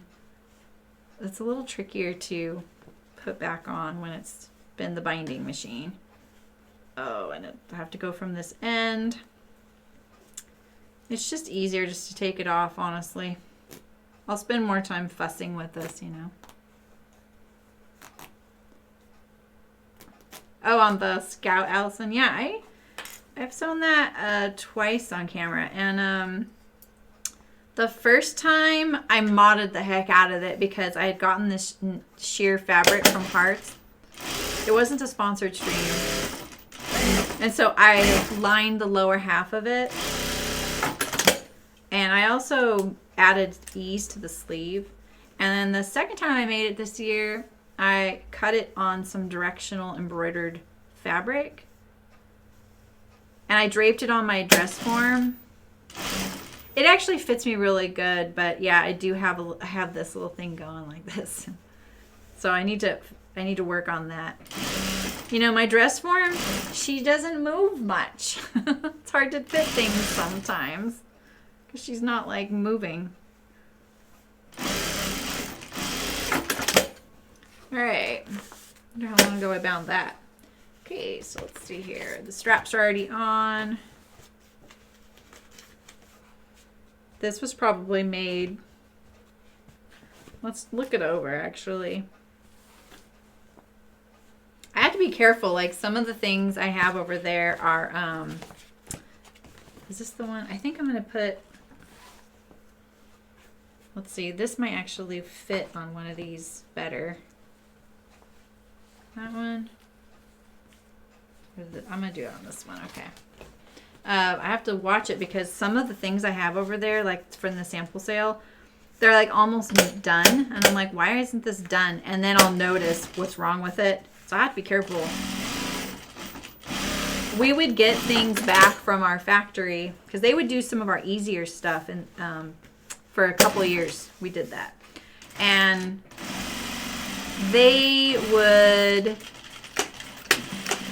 just do something really weird and they wouldn't fix it, and then I would just get all those back, And so sometimes I'm like, what's going on with this thing? I have to figure it out. It's kind of fascinating and frustrating because then you have all these like cut pieces that didn't get done, you know? Oh, you'd like to know how to do it FBA, Noemi? I just saw that. Dress version, the best way to do FBA. I should do a video on full bust adjustments. Yeah, bands are much easier with knits. Hello, Melinda. How's it going? How are you? All right. Just gonna put this guy on here. Sometimes I would cut this to perfectly match the print underneath. That's what I was looking for a second ago.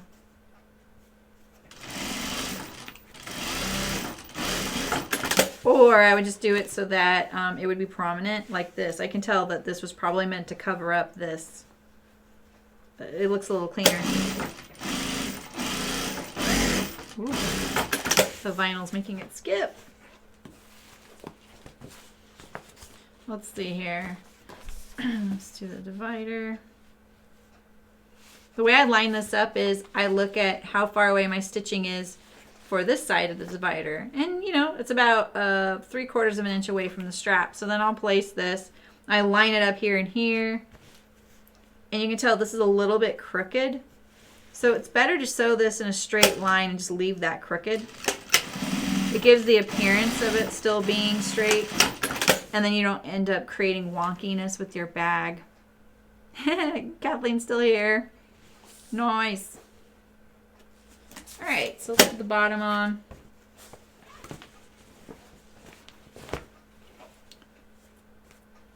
This one went faster since didn't have to create all of it. All this partial stuff. It's gonna feel so good to get so much of this partial stuff done. Did you find a home for your dress form, Kathleen?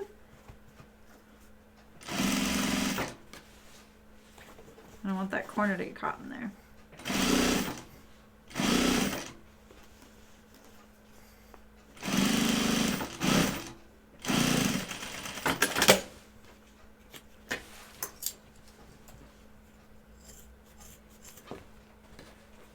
Lots of chores.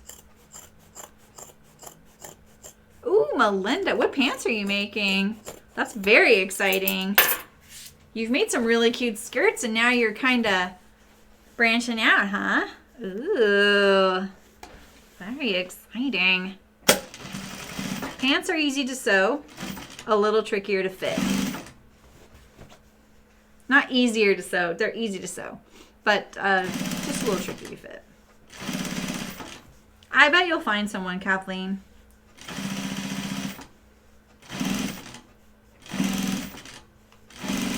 You just need to be able to not have to ship it, huh? Yeah, that's smart. That's smart. The Aeronite. All right, let's look those up. We keep looking up things today. The Aeronite, and then what was the other one I was thinking about looking up just now? I'm gonna look this one up now.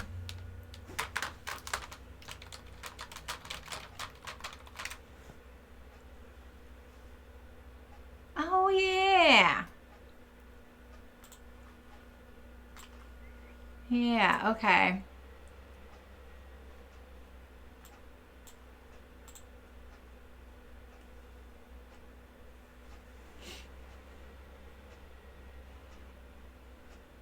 Oh, I love it when I can do this. Those are really cute.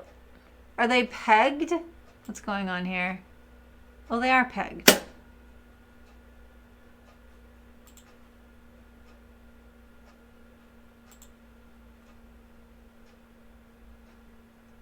Okay. Is there a, there's no line drawing? I'm not on her site. Let's see.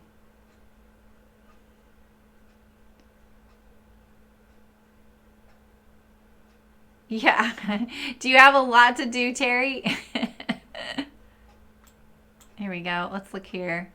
I really like seeing this.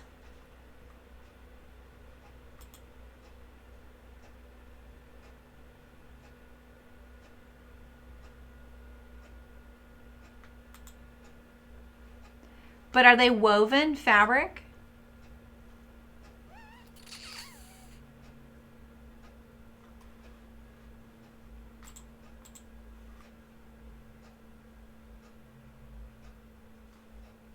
Oh, okay.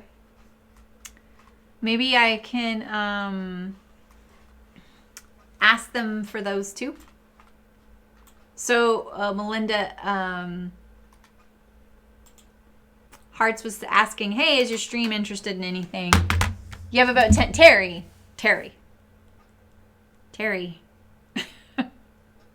Your pile is stressing me out.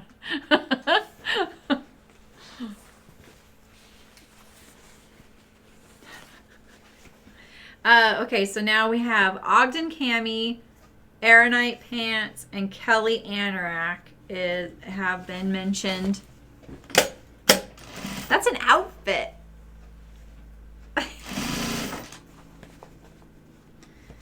Okay, those are all really good ones too.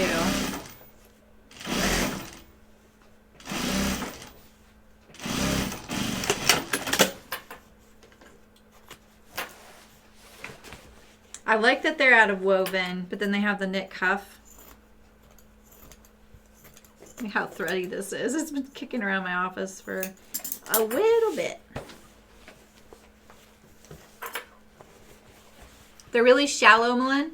I thought they might be because I can tell when they're that kind of, when it's a pivoted pocket like that and has the openness, it's kind of just more of a style feature.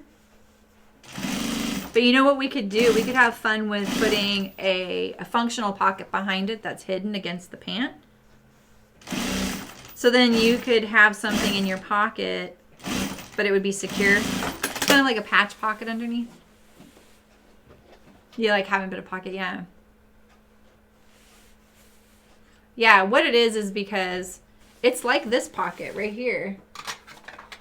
So when you look at this pocket, this down here is smooth and this is gathered, right? And so I had to pivot it out. Because I cinch it, it helps. You can actually put something in there, but it doesn't increase the volume down here. So the volume is up here, which isn't where you need it. You need it down here. This is just to like hold your keys or your lip stuff or your peanut M&Ms, of course, right? So it doesn't really need to be too big and deep. Plus there's two other pockets. But yeah, the Clyde work pant. Oh, what's that? There goes an Aeronite pants for one. Guys, all these patterns I've never heard of. Yeah, secret pocket, Melin. Because you could just put a patch pocket underneath and you might see the top of it. But you could do it so that it lines up with the other pocket perfectly. Okay, so we have Aeronite pants. I have to say this a few times, otherwise I'm going to forget. Ogden Cami and Kelly Anorak. Okay. That's a good list. We could give them that list and then say they can pick what works for them. Sometimes they're like, we want this to be sewn, but the fact that they asked this time, maybe we can get one or two of those. It's very nice. And the other sponsorship I hinted at is actually going to happen, but it's probably going to, I don't know when, and I think it's November. Like they want to do it quick. But I think you'll like the pattern in the company a lot. I'm excited.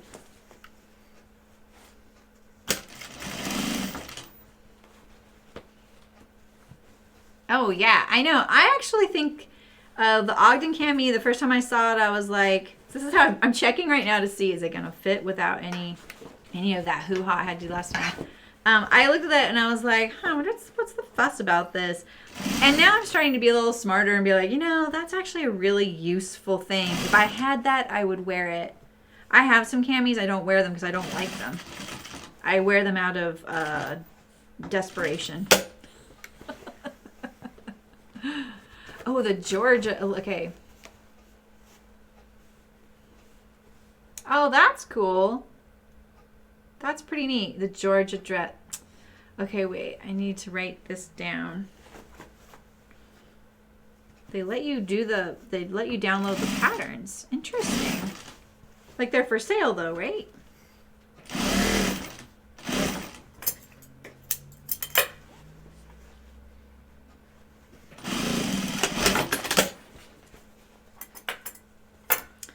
I may have to look this up. Elizabeth Suzanne. Okay. You know Elizabethan stuff like, what? Someone have my name? She's in a meeting though. I don't know if you can see this. This is the one thing I fail at when I'm making videos is showing the cutting because it's kind of tricky to do this. It's I have to really make sure I don't cut the bag. Or me. Which I've actually never done on that step, amazingly. Always check. Never know what you'll see. Easy to fix now, hard to do later. You you know the South Bank sweater is that pattern. And I have a video on that, Sydney. The South Bank sweater is pretty cute. It's a sweatshirt tunic dress. It has a turtleneck, but you don't have to do the turtleneck.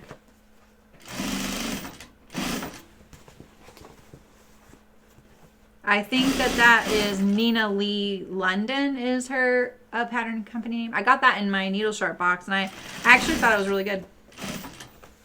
Thought about making it again. Oh, okay. Oh, cool. Oh, that's really nice. Wow. What does the Georgia dress look like?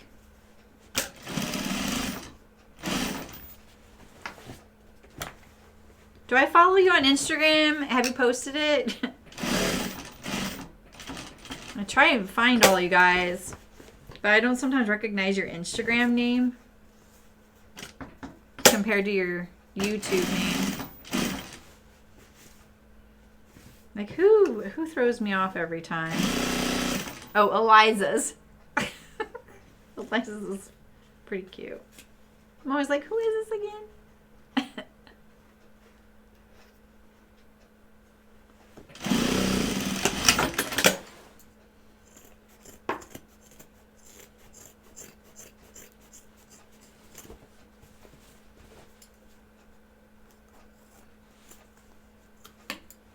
Okay. I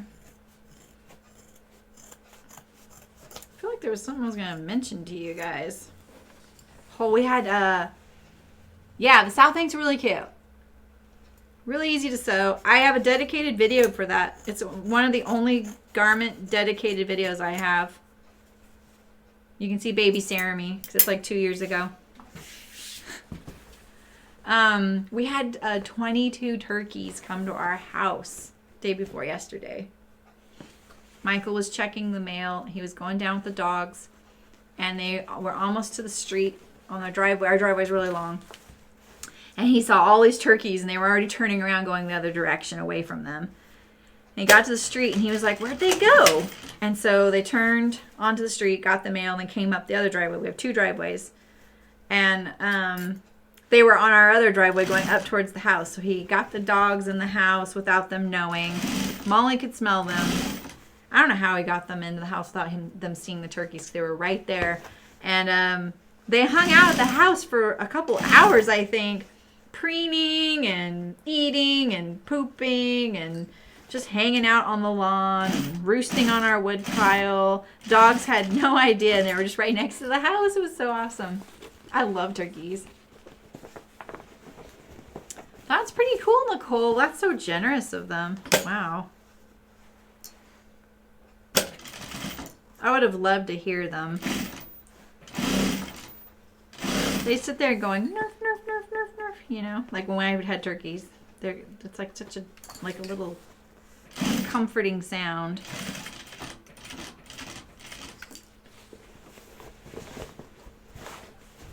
This is the step. I just used to do this last step. This one attaching the binding to it, and then this one finishing the binding. In the last couple of years, I had chicken boots. We got to the point where Rayanne would do all the other steps, and this is all I did. I can do this very mindlessly now.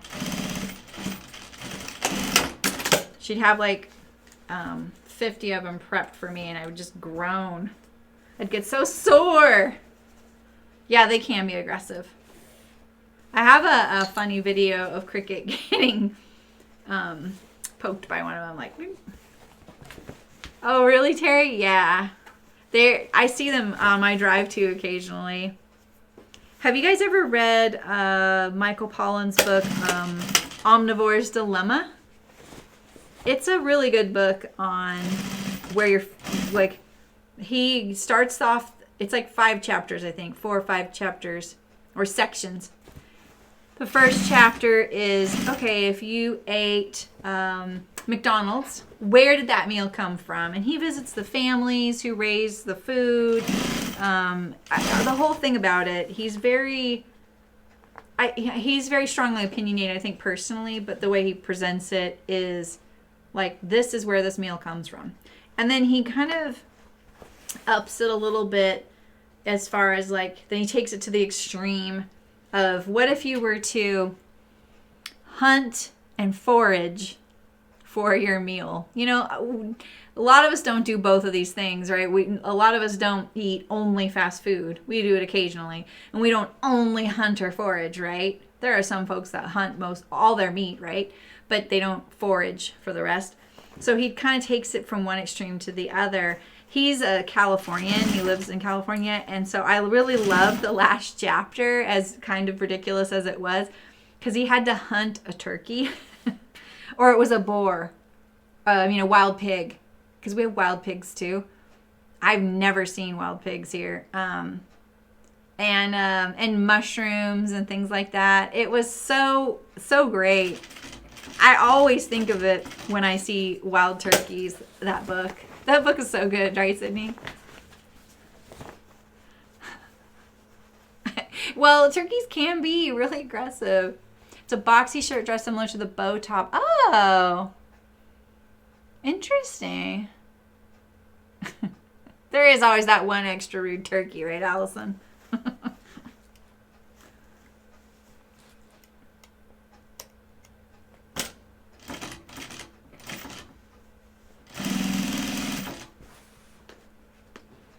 I liked raising turkeys. I've raised them a few times, but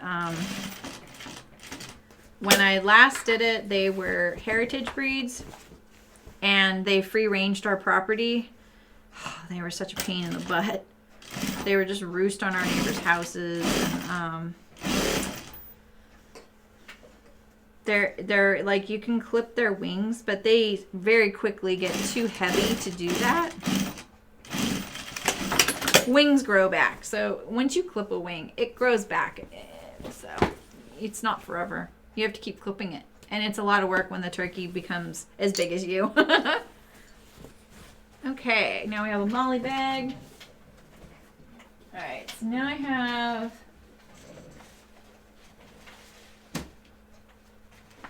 have some zip doubles. This one's almost done. This one is in a weird state, and all these need to be sewn. I need one zipper. And 2 handles. Yeah, right? Yeah, Malin. When I was saying that story just now, I was actually kind of marveling that there were wild pigs, wild boar. I've lived all over California, and I've lived here for almost 50 years. I've only left it twice and lived somewhere for 9 months each time.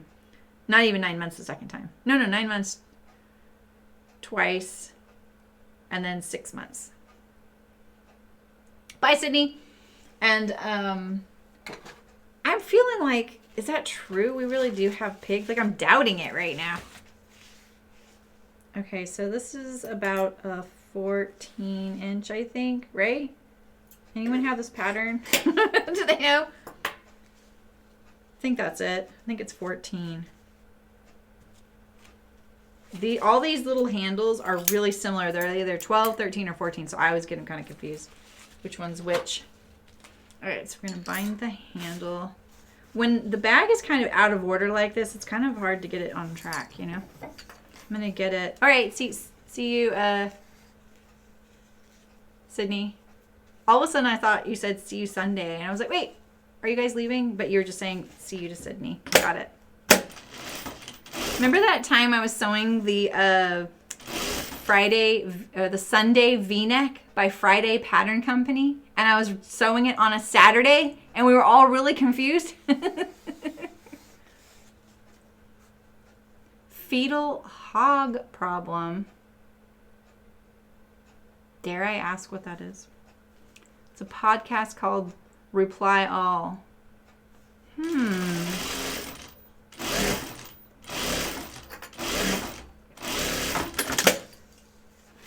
Yeah, I'm trying to think, like, I'm pretty sure that's what it was, that he hunted a pig. I'm like 90% positive.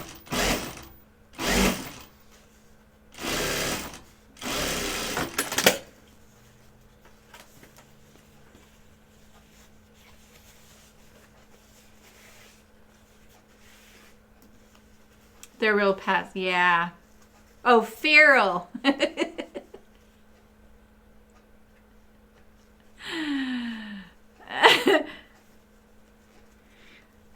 Well, that could have gone south really quick. I'm really glad it went that way. I can usually figure out what typo it is. It's no big deal. Like, people should never feel bad about them. But sometimes I can't. I can't figure it out. I'm glad you helped me out there. My keyboard, this one here, it doesn't register the keys like 40% of the time. It's awful. Both my keyboards are like that. And I'll type in chat, and it just takes me forever to like fix it. One time I was just like, oh my gosh, I'm just going to stop talking. I keep making these typos. And one of the mods was like, no, don't stop. I'm like, what do you mean? They're like, it's funny. I'm like, no, it's not funny. It's really frustrating. See, like this. Did I sew this for the stream? I did, right? This was when I did this mod on how to add a zipper to the outer pocket so you don't have to reach inside your bag. I think I also did this top. But I never do this. I never stitch around the perimeter. I might have for the stream, though. Oh, yeah. This is not sewn. This was not it. Yeah. So is there something wrong with this? Was it extra? I think it was sewn by the factory. You guys, I'm super organized. So it's crazy I have things like this.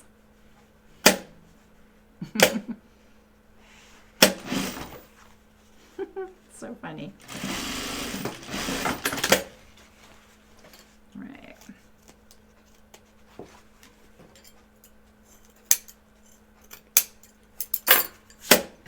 Okay. I know that I didn't sew this on camera because it's the kind of zipper I used to do. Excuse me. This was probably made by Ran or the factory. And you know, I couldn't also figure out, I can't figure out where the stiffener is for all of the stiffener is for the notions cases I have cut, and I think those got lost in the fire. Pretty sure it's what it is. I have this weird, right now it's getting down to the dregs of what I have left in cut pieces. Because I've had people say, just sell the cut pieces, just sell the cut pieces. And I'm like, yeah, but it's more complicated than I don't have everything for everything. And I'm trying to figure it out. And I think that's what it is. That's the only thing I can think of. Because we had everything cut to match. So we would have like the vinyl, number of vinyl cut to whatever fabric we had cut and stiffener and whatever. And I think that's what happened. Because I didn't technically really lose anything in the fire, but my sewist, her studio was in Paradise, and so she had a lot of the pieces. So I don't know about that, Nicole. Black bears, man, the bears can be such a pest. I've known plenty of people to have them, and then you have to like go out there with pots and pans, and it's loud, and you're in your underwear. I don't know. I don't like that. I'm pretty sure I saw either the bobcat or the fox the other day traveling around in the field behind our house. I ran upstairs to get a better look out the window, and I didn't find it. I don't usually backstitch this, but did you see that was pulling apart already? And it will get pulled a little when I go to bind it.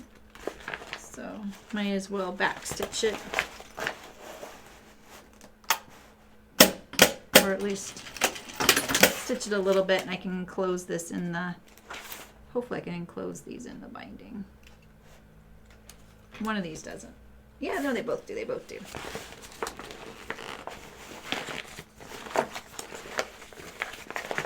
No. Because it's the middle of the night, Ray. That's when the bears show up. It's the middle of the night, and then you're out there. You're like, oh, shoot, the bears are out there hassling. Insert thing you don't want it to hassle with. The chicken coop, the garbage cans, the dog pen, whatever. And then you're out there. You run out there with your pots and pans and your wooden spoon hitting the pot and pan. It's really loud. You were just sleeping, and now you're out there in your underwear. That's how it happens. When someone was going after my chickens, I didn't put pants on. I was out there. Yes. Yes, exactly. Yes, see? Exactly. Nicole knows. Right. I would do the same thing when people would come and hang out at the park across the street from my bedroom. When you go out there in your underwear, people get out of there really quick. They're like, oh, sorry, you know. Which way is this going? Do I have this? Yeah. And, you know, it's not like they can see very much from far away, you know. It's not even that far across the street. That's right, Ray. How was Costco, Ray? Did you survive? Ray emailed me this morning. Oh, and I wanted to put a call out there again. A bunch of you said you were interested in helping me with the timestamps. Thank you so much. I've already had like 4 people email. And then one gal already finished. So if anyone's interested, you're already watching a video or something you're going to sew, I can just give you the steps and you just write down the time next to it. It actually doesn't take that long. There's just so many videos. So if anyone's interested, just tell me what video you want to do. I'm pretty sure no one's doing it yet. And it's a huge help because when there's timestamps, it'll be really great. You can just email me at sewsolive@gmail.com. And I'll give you the steps. You don't even have to do anything. Like I format it and I write it in the description. You just need to tell me the times. I'll give you tips on how to fast forward easily. That's always nice. Right?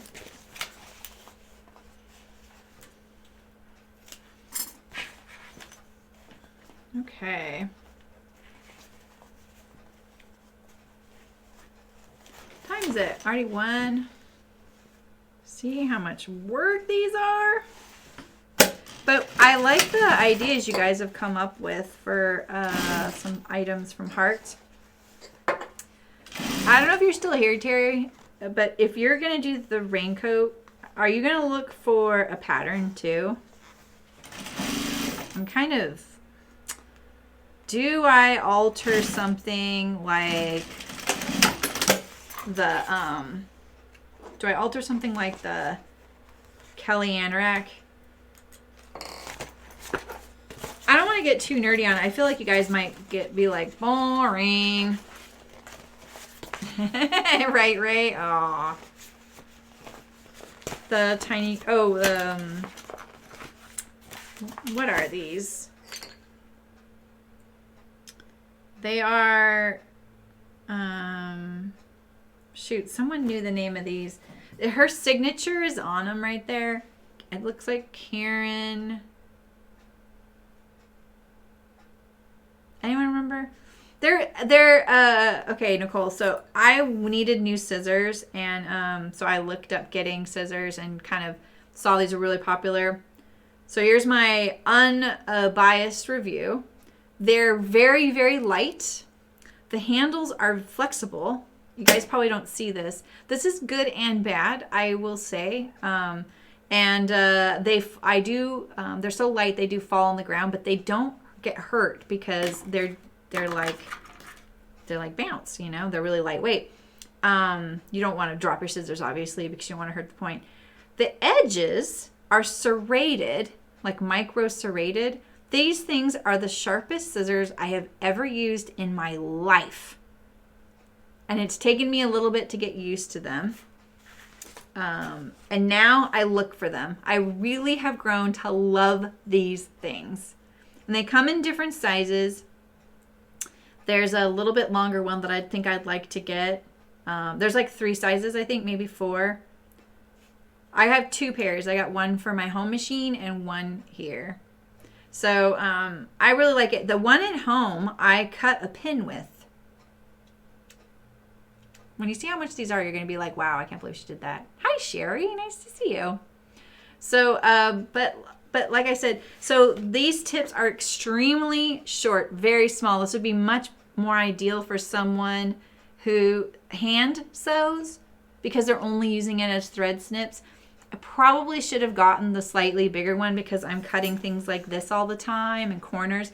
So the reason I feel like this is a drawback, the squishiness, is like when you saw that I was doing the corners of the bag right here, there's no way I can do that. They are sharp enough, but I can't exert pressure because these give way before the scissors do. But they're not meant for that, right? They're not meant for that. But you know how sometimes you're like, oh, I'm going to just do this one little thick seam, like this little corner right here. It may, I don't know if you saw earlier, I switched to my others because of that. So those are my highs and lows with them. What they're for, they're brilliant. And apparently the serrated edge also cuts down on fraying. I've never tested that, and it's not what I needed. I just needed something that was going to be unfailingly sharp, and I like small and lightweight. So these are the tools I use at my machine. These are my 4 staples. So I think I would like a bigger pair of these because these fall, and you know there's the screw, right? It extends past the scissors. These fall and they don't feel so catastrophic. So these are not spring-loaded. I don't like spring-loaded. I don't like spring-loaded because I can't get my hand out fast enough. And they're kind of clunky and heavy. I like how well they work, but they just don't work for me. I don't have anything against them, though. So anyway, that's my review. I'm sorry I can't remember the name. Let's see if we can... I'll just see if I can Google it. Karen and scissors. Oh, God. Someone named Karen Scissorhands came up. Karen K. Buckley. That's the name of them. Karen K. Buckley. Here, I'll show you. That's her name right there. So, anyway. Where's my...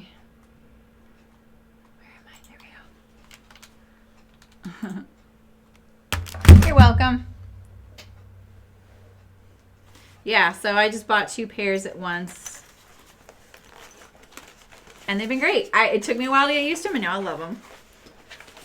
All right, handle at this end. This top feels bigger. Woo! It's a little bigger. Oh, boy. Okay, so I'm going to find the corner of this. Right there. Oh, it is marked. Okay. I couldn't see a notch there, but I guess there was one there. I wish I could remember that lady's name. You're not the first. I don't know, Ray. Usually the inches refer to the blade. And these blades are like 1.25 inches long, and the scissors are 4 inches. Yeah, so maybe. Yeah, I've thought about getting that bigger pair, but like I don't really need it quite yet. You know? So I don't like just amassing something just because I'm like, ooh, that could work better. Because what I have works great. Yeah. All right, so I got to remember that this top feels a little bigger than this vinyl. So we got to ease it in here. I've got this notch here. This will be fine. We got this. Which way is the seam going? Toward me. Okay. Perfect. I think you can get sets too of those scissors. So. Oh.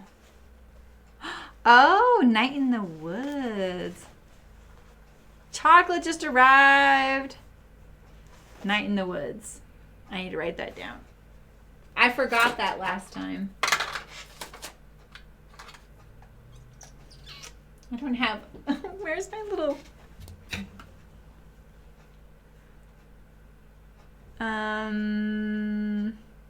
Oh, right. My video got uploaded. I meant to postpone that. That is... Okay, wait. Let me write this down. Night in the Woods. Thank you.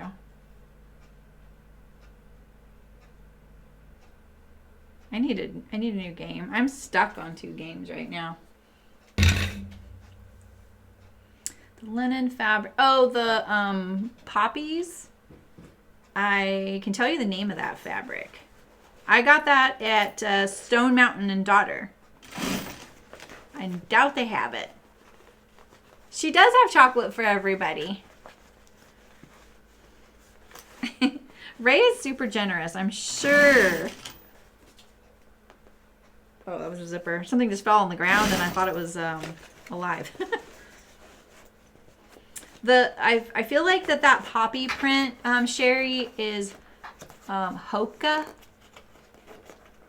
Hokkeh is the name of it. Something like that. So if you see something like that, that's it. It comes in a few different colors. I got that one and I got the natural. It's really lightweight, just so you know. Very crisp and lightweight. I actually really love it. It's nice. Nice fabric. It didn't even barely wrinkle when I washed those pants. I just pulled them out of the dryer and I was like, oh, okay.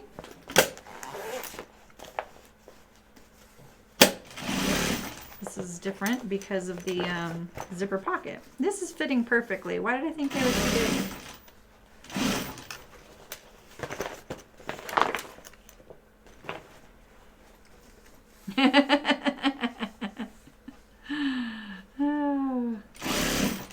Hello, Hayridon. Which type of rope? I think that's the... What word do you mean?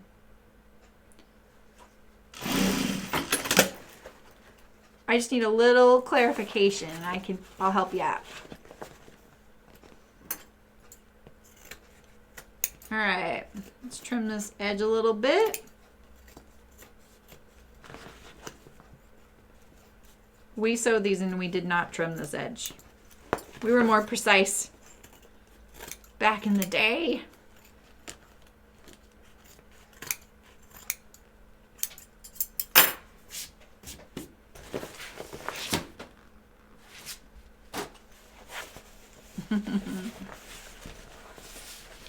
Yeah, I saw that they were just selling remnants of it, Sherry. That's why I don't think they have it. But you never know. They may have a list you can get on. Or someone else may have it. I would find a smaller fabric company, you know? That always happens. Like, I'll post something and people are like, oh my gosh, where'd you find that fabric? It's sold out everywhere. And it's just because my little fabric store in town doesn't have online. So things sit there a little longer. Look at that thread right there. Oh. It's not in the pocket though. That's actually okay. I can get that out easily.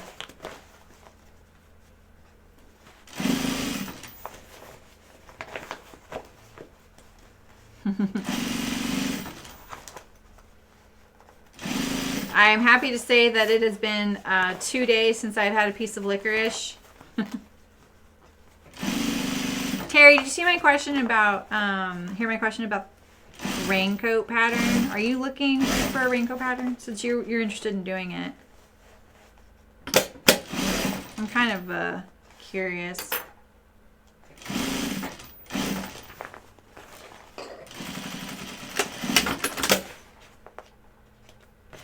I love this binding. It's one of my favorites. All right, where was that thread at?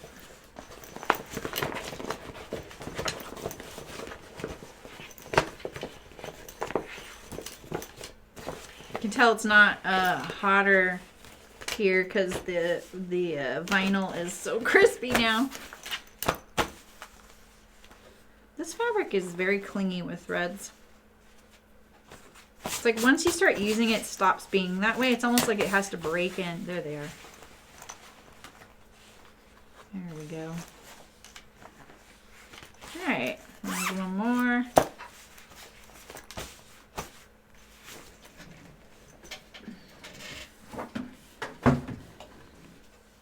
Everything's all over the place because I'm not good anymore.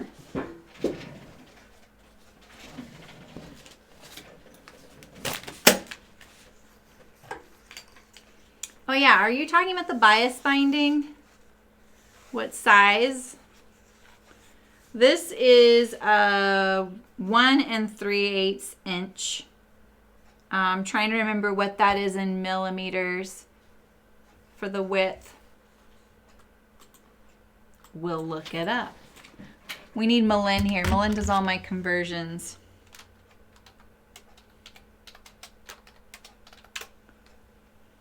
$35 millimeters. I knew that. I knew that. I knew that. It's 35 millimeters wide, if that's what you're looking for. All right, so I have this one here. I just dropped this on the ground. It's all dusty now. You're just gonna follow whatever I get? Terry!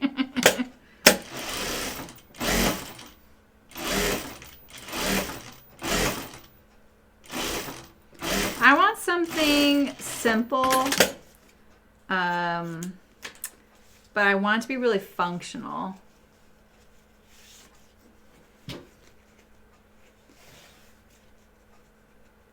Yeah, exactly. Oh, isn't this cute? Yeah, I love this cat print. That's Sarah Watts who designed that.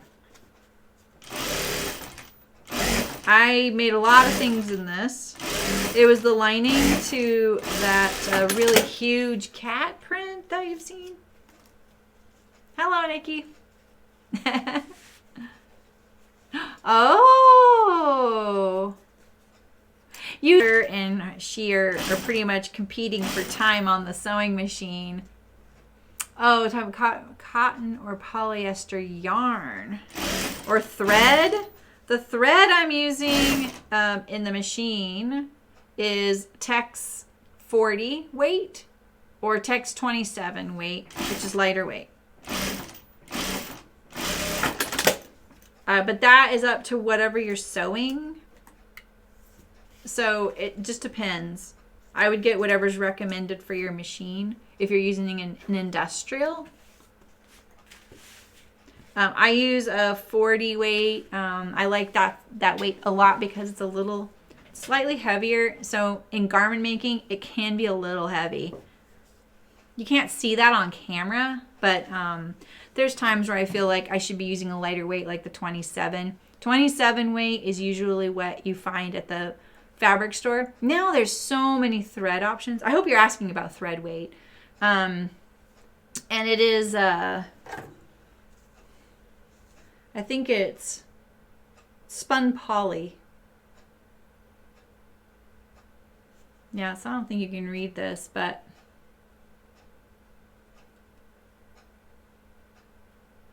that's my thread. I use a lot of it. Yeah. Yeah, and this is poly. Doesn't shrink, which is great. Doesn't take dye. But if you need to dye, you need to use cotton. Okay, so this one is sewn a little differently because you can see I'm only using 1/2 of the zipper. I don't know if you can see that. So there's the teeth right here. Hit the like button. Thanks, Ray. So this is why I'm like, okay, do I sell these as kits? Because this is how this pattern is. If you own this pattern, you know that this is the top is usually actually cut 4 of this one piece. So this is the way we did this in production. This is why I'm struggling with making the Notions Wedgie or Charm Keeper home sewing friendly, because this is how we sewed those too. Yeah, you're welcome. Absolutely. I don't think I'm the authority on thread types, but I know what I use. I know it works for me and my style of sewing. When I worked at an outdoor company, they used a nylon thread. God, you guys, that stuff is awful. It's so, like, you know how you can just break your thread with your hand? Like, you can just pull it and break it? You would slice into your hand if you did that on that nylon stuff. It's such a bummer. It's such a bummer to use.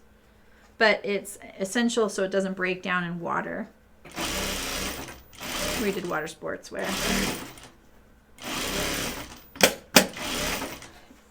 My biggest struggle with sewing in this zippers is that the bottom, look at that. These started out exactly the same size and one always shifts. It's the zipper. There's something about the zipper. It always makes the fabric shift. It's so weird.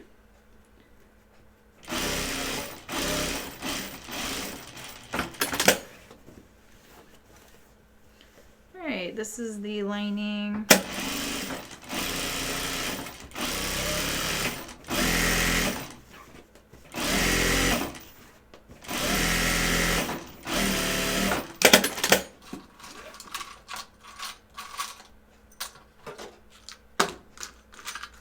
There we go. Okay. And then we put the zipper pull on.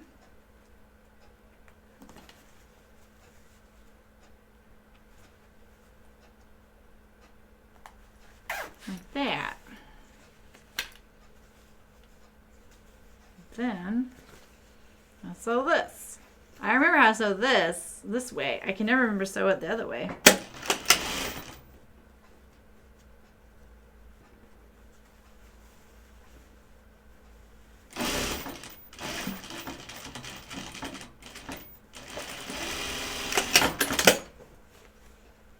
When did I run out of bobbin?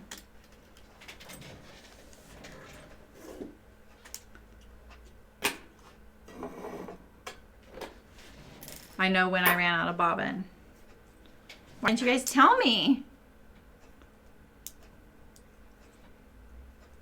This kind of sewing, I feel so much more relaxed. I can't believe I've already been doing this for 2.5 hours. We should just put an audiobook on and go. All right. I didn't even notice that. when I put the zipper pull on.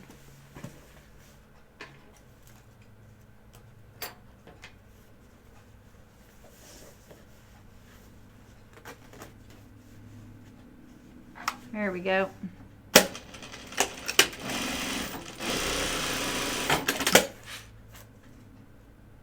All right. Night, Malin. No thanks, Terry. Would never want to deprive you. Sleep well, Malin. Thanks for the help. The feedback stuff.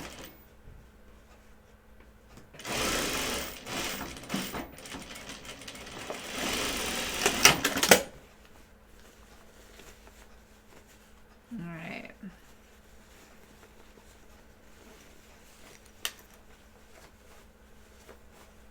I love it when the cats stay right side up.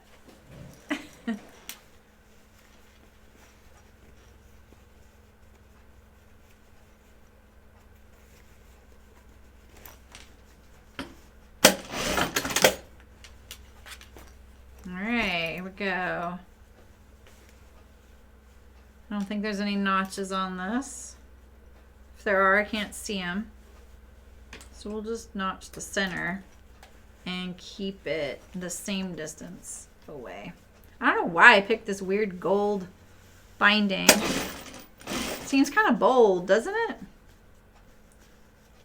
That's the right length handle, right? Hope so. See, like, Nicole, like, doing this right here. See that? It is sharp enough to do it if I keep it in the base. But because they're so lightweight, you know, there's not a lot of torque with these. So they're good for snips.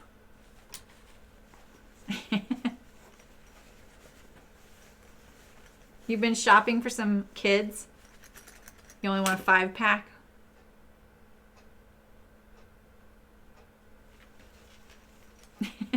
Oh, I see. She's like, I'll only take it if you have 5 because I know you don't have 5.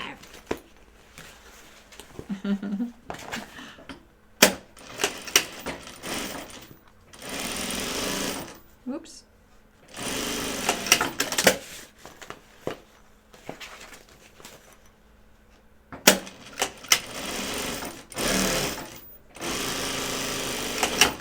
Pretty amazed how well this machine sews on vinyl.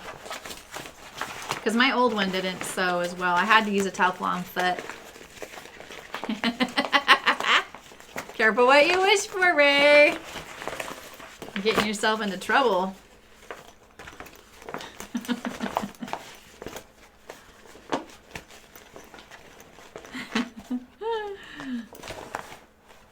That's the bottom, yeah.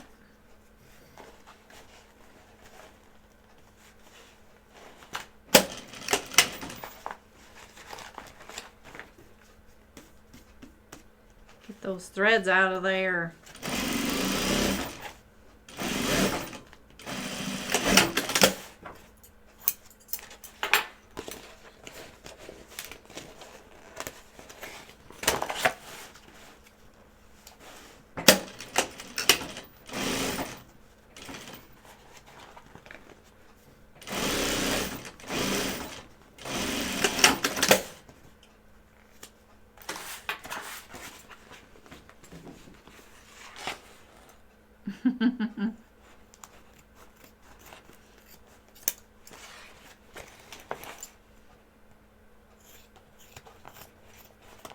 Okay, Aaronite, Ogden, and Kelly. So much easier than, oh, I like McCall's 33433, you know? Yeah, exactly. I think you got your answer, Ray. Ray, you're always getting deliveries of chocolate. Is this like a subscription that you belong to? What are you holding back on us? Tell us more. I have to say, I love that Cricket works at a candy store, you know, and it's kind of cute because she's like, okay, what's Grammy's favorite? What's Grampy's favorite? What's Dad's? What's yours? You know, like she has like a little list. I saw it in the kitchen the other day where she's keeping track of what we all like and prefer. It's so cute. And Michael got her, like surprised her with a tank of gas because he was putting air in her tires or checking something on them actually. And we were a little worried because the power was supposed to go out and it was really high fire danger. And he was just like, your car should always be at a half tank. That's what they say. Have it at a half tank. Because you don't want to have to go get gas because it gets crazy. And he had filled it. And so she was like, oh, thank you so much. And so he doesn't have the sweet tooth that I do, but he does like a few things. So she was asking me, what does he like? You know, because they actually have fresh chocolates that are made there, not just candy in bins and bulk and stuff. So they even have these apples, like caramel apples there. They're so good, you know. You got Ray. Ray's getting a delivery of chocolate and 5 boys. Are you worried about that Hurricane Terry? Is that the storm? Those storms really make me worry about people down there. Okay, there we go. This one also has zipper.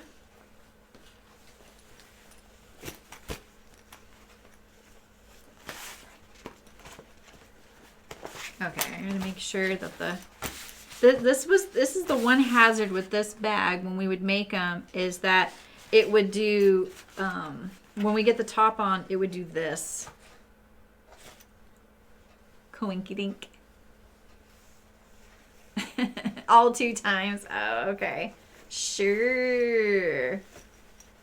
Oh, really, Terry? I'm sorry. Yeah. You gonna blame that on us? I'm not a big chocolate eater, so not my fault. I mean, if you were getting an order of licorice, then we could talk. It's the only thing I've ordered. The other thing I have ordered candy-wise is pulparindo. Oh, really? Oh, that's right. You said your internet was down. That's why. Got it.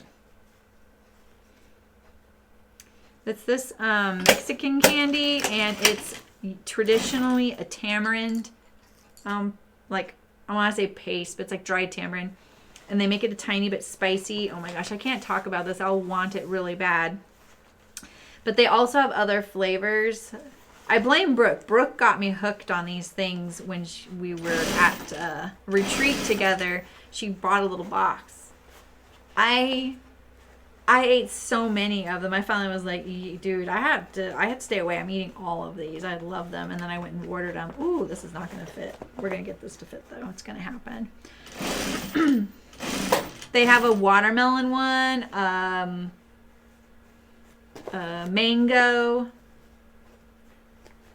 I want to say strawberry, which I probably never got because I'm not a big fan of strawberry. Like, I like strawberry, but I don't know. Yeah, right, Ray? Exactly. I know. And it's like they add chili to it. So it's sweet and tiny bit spicy. Sometimes the guys here, I'll be eating them. I'll be like, you want one? They're like, oh yeah. They know. Oh, this top is so much bigger. Shoot. Can I do it? Can I do it? Can I do it? I'll probably have some tucks in this. But I always say in the video, tucks are okay. It's gonna be fine. It's gonna be fine. Yeah, when your power come back on, Terry? Did you already get it back on? I mean, you're watching us and you've got internet now. I couldn't believe it. So our power, you guys, went out last week, right? As a preventative for fire. And so it was off, and then we got it on Friday. And then a couple hours later, they were like, oh, there's another power outage happening on Sunday. And I was like, oh my gosh, every day off I have, Sunday, Mondays are my day off. Every day off I have, the power's out. And my daughter too. And Then Sunday afternoon, we got prepared. We did everything all over again, and they didn't turn our power off. It was such a pleasant surprise, but I think 365,000 other people lost theirs, so. Using your phone to, oh. That's so nice of you to use your power on us. I would not have done that. Sydney's back. Yeah, I can stream for a while doing production stuff, Sydney. I don't really, this is mindless sewing for me. So. Yeah, Sherry. Yeah. I got barely enough for those pants and barely enough to do a sleeveless top. The other piece I got smaller. It is very nice quality though. So it's definitely one of those garments that you would be very excited to have. The quality of the fabric is very good. And you would probably, if you like that fabric a lot, you probably really love it. It's like, it's one of those rare fabrics that it's worth it. There's fabric and then there's fabric. That's one of those, you know?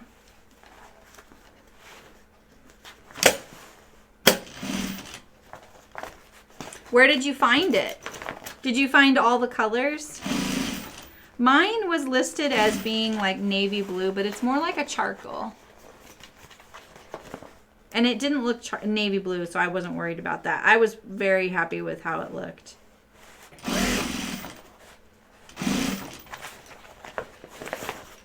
It was hard to pick. I liked all the colors that it came into. A splurge for sure. Mm-hmm. Absolutely. There are just some things though you don't pass up, you know? It's like when you get home and you're like, oh, I really should have gotten that. Yeah, it's not navy, it's charcoal. They called it some sort of like navy on the Stone Mountain site, I'm pretty sure, but it's not. It's charcoal colored. I can see that it has like a blue tinge. You know how certain fabrics can go one way or the other, and we see them a little differently. That's one of those. It's beautiful though. Like I said, it doesn't wrinkle very much. I only washed it once. I probably should have washed it a few times, but I have already worn them again after washing. Wait, have I? I don't actually know if I did, so.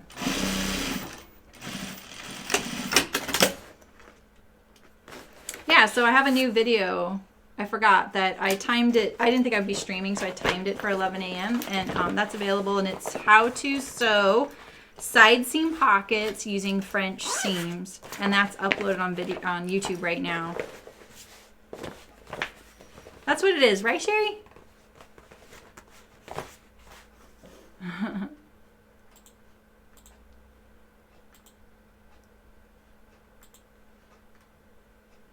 That's what it is, right?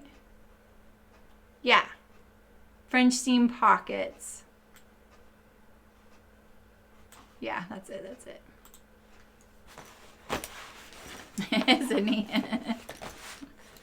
Oh, see, this one's a little wonky. Oh, it's not. No, it's not. Okay. That's okay. That's okay. It's a little wonky. It's kind of hard to tell. It might be these tucks. That's why it's going to be sold for cheap. The gold's okay.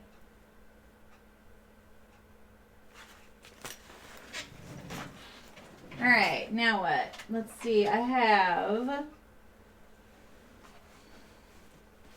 What should I sew next? I have soot sprites, parakeets,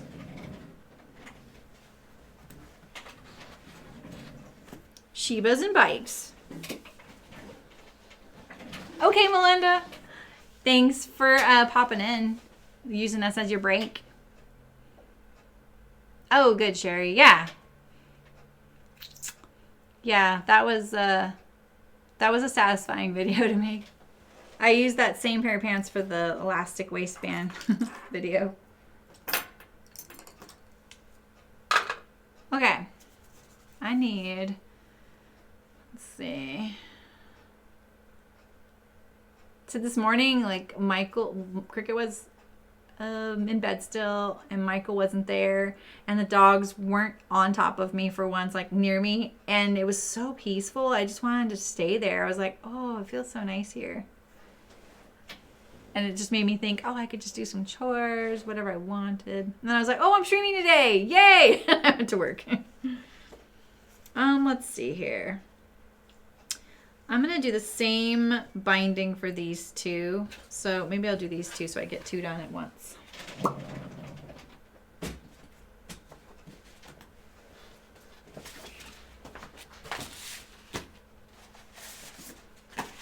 So I only had, I think, 7 vinyls.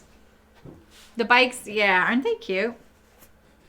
This is Spoonflower. Both of these are Spoonflower. I can't remember what's this one's called. But yeah, I think it was for a special project. And I still have a little piece of it. This is so vintage Spoonflower. It's on the Kona cotton, which I don't even think they have anymore. They finally got rid of that, which I don't think they should have. It's actually a really good base. And it's not true black, which it doesn't look bad here because you just think it's supposed to be charcoal.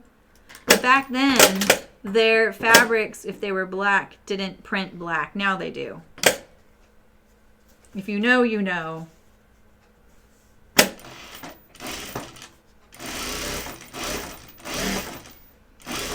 This is when you miss the binding machine. The binding machine would love this. This is what it excels at, is binding edges that you go onto and off of. In other words, not a quilt like that you would do in in a continuous square, right, or a rectangle, whatever shape it is. It's kind of hard to grasp that until you're using the binding machine and you realize its limitations.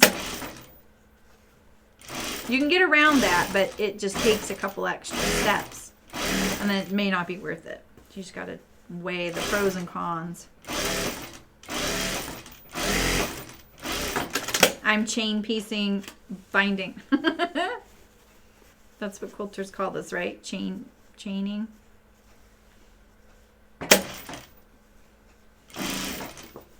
I always see, when I see that tip, that's when I get smug, when they're like, well, this is the fastest way to do this. I'm like, no, it's not. You need a machine with thread snip, and then you don't even have to. Then you don't have to cut them. It's the only time I get real smug about my machine.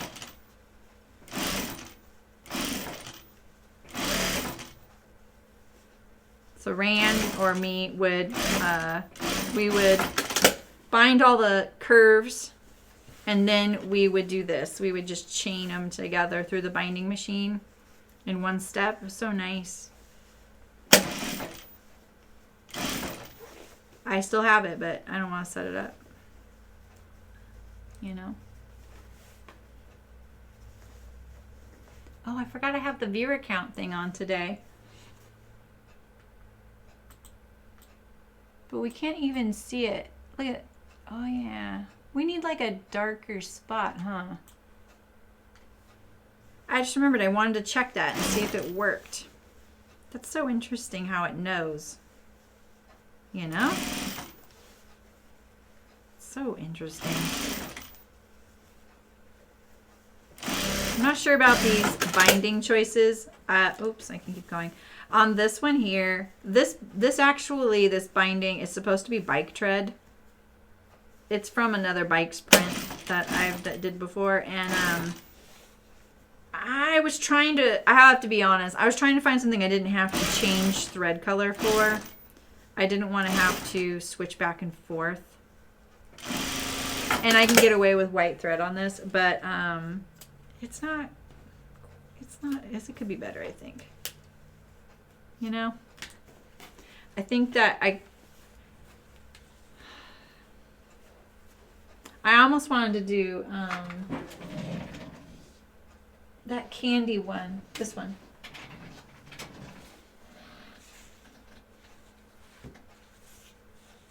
I don't know. Do you guys know what this is? Do you know the Soot Sprite?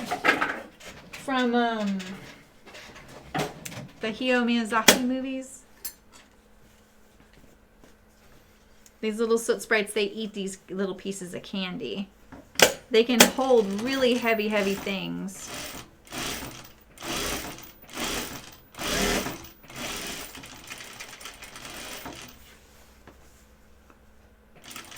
Definitely like a fan thing. I really had to work hard to get enough fabric for this. I know Melinda probably knows, but she took off. All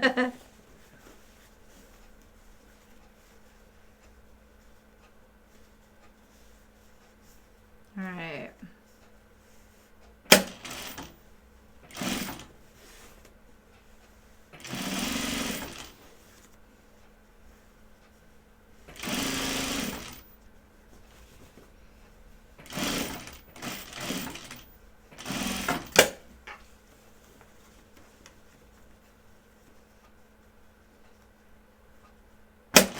There we go. Gosh, I'm so glad I wrote down that game. I've already forgotten the title of it. Do you, Ray? I'm stuck on Cuphead right now. And I'm stuck on my grounded playthrough of The Last of Us Part 2. I'm not that stuck on that one. I'm just not putting in the effort I need to. I know that. Oh, hey, Melinda. Oh, cool. I knew you knew them. That's funny. I do that too. I listen to streams when I'm driving sometimes, and I don't do it intentionally. I'll just hook up with the Bluetooth, and it just starts playing because it was the last thing I was watching, and I'm like, oh, well, okay, I can listen. I don't really know what's happening, but it's enough. Okay, so I just need to buy that. Oh, I need the ribbon handles. Where's the ribbon? Here it is.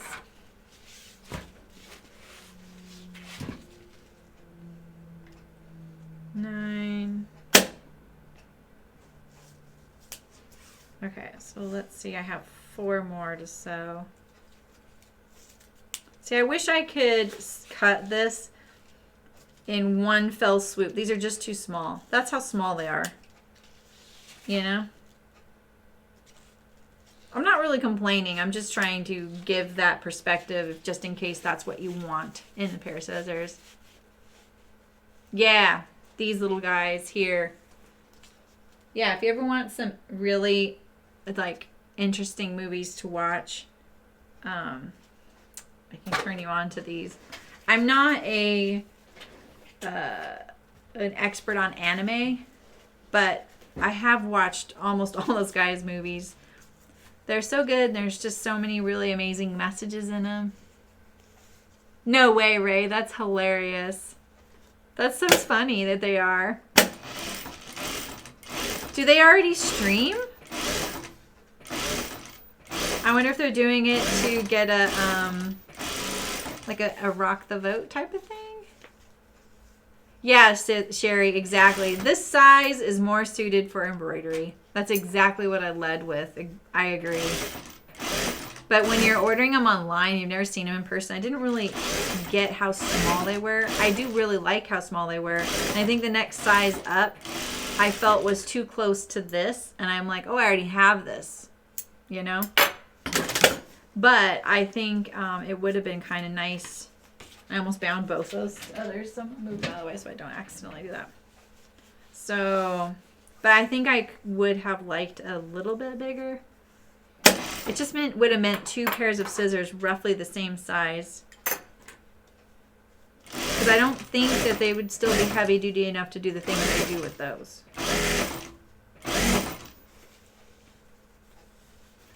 The anime movies. Okay, so the guy that created these, his name is Hayao Miyazaki. Hey, D-Mac, how's it going? You like those? Cool. But like, The famous movies, like I would say to start with, like, yeah, Studio Ghibli. Yeah, thank you, Melinda. Like My Neighbor Totoro, that cat bus, I love that cat bus. Or Spirited Away. My cats are named for the two characters in Spirited Away, Chihiro and Haku. That's where that comes from. I don't have Chihiro anymore. He passed away, but that's where they came from. And then, I don't know, they're just really lovely. Spirited Away is one of my favorites because the nothing is as it seems in that, and I really love that. That's pretty cool.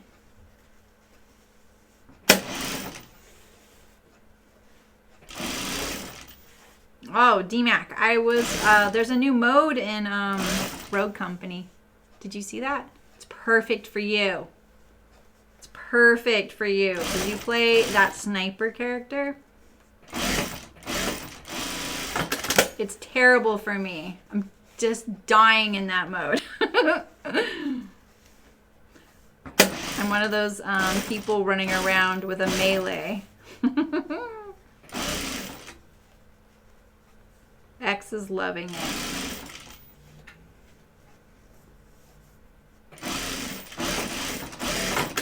All right. Cool. Oh yeah, Ponyo.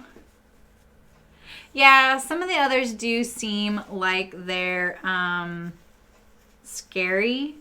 But I think that's what I love about those, Sydney. What about My Neighbor Totoro? Does she not like that one? Ponyo, Ponyo.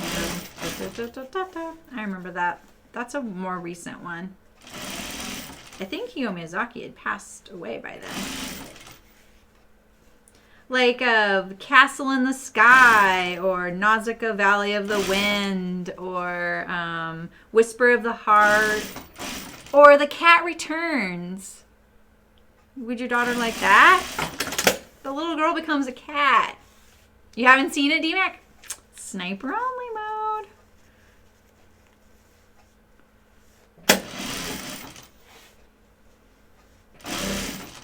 And spoiler alert, DMAC, you're going to be the only one using your sniper.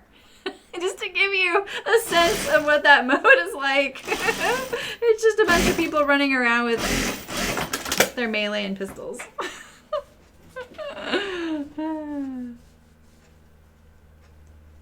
Oh, got it, Sydney. Okay, one of those phases. Yeah, I understand that. That's a bummer, though.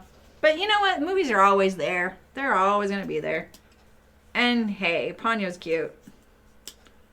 Cricket was a little older when that came out, but we still went and watched it.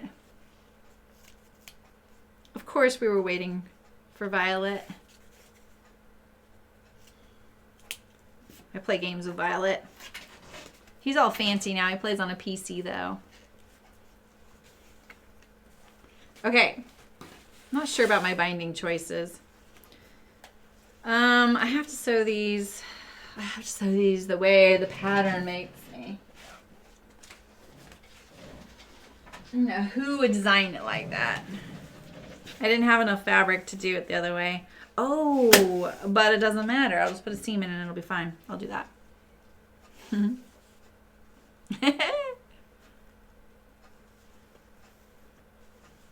Oh, that's interesting, Sydney. What a millennial.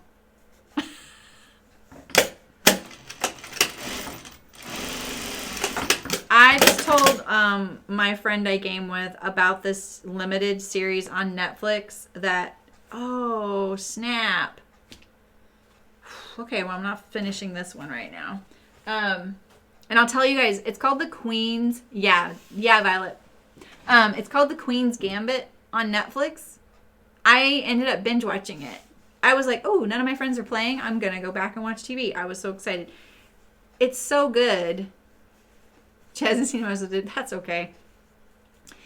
Honestly, Sydney, the beginning of every Disney movie is so sad. I don't blame her.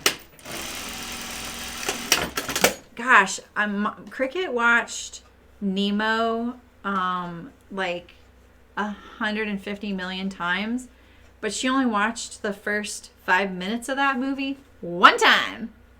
So I had to skip it every time. Because it's sad. Like every single one of theirs is, you know?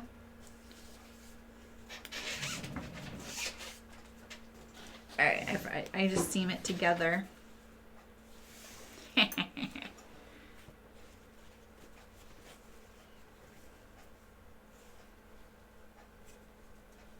Alright.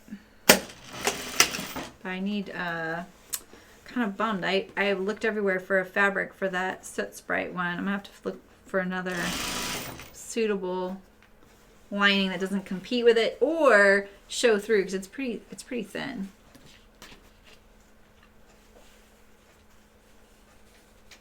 Yeah, it is. Tarzan. Oh, I didn't watch that. There's animals in that. I don't watch it.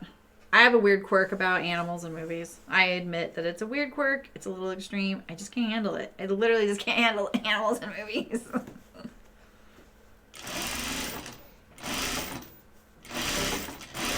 Even though I'm holding this, it's still going to act up. I'm like not gonna let it. I don't know why, but there's something about the way that the zipper tape is designed. Part of it makes me think that because it's woven and it does have a lot of weird bias stretch to it. I don't know. I've thought about this a lot and I'm not sure. But for some reason it makes the bottom layer bind up and the top layer so loose. And so the top layer always gets looser than the bottom layer. I have tried all kinds of things to combat this. And I have not found anything that's a surefire way. I have to be really careful because the zipper gets shorter and shorter and shorter. On certain fabrics, it works better if one fabric is different than the other. Look at that big tuck. Look at those tucks, all those tucks in there. It's going to be on the inside of the bag. We're not going to worry about it. Thankfully, on this, that is the lining. So... yeah, well, you know, the thing is, Ray, every single Disney movie, the mother dies. It's like one of the most terrifying things for any kid, you know? The mother dies. Almost 100% of their movies.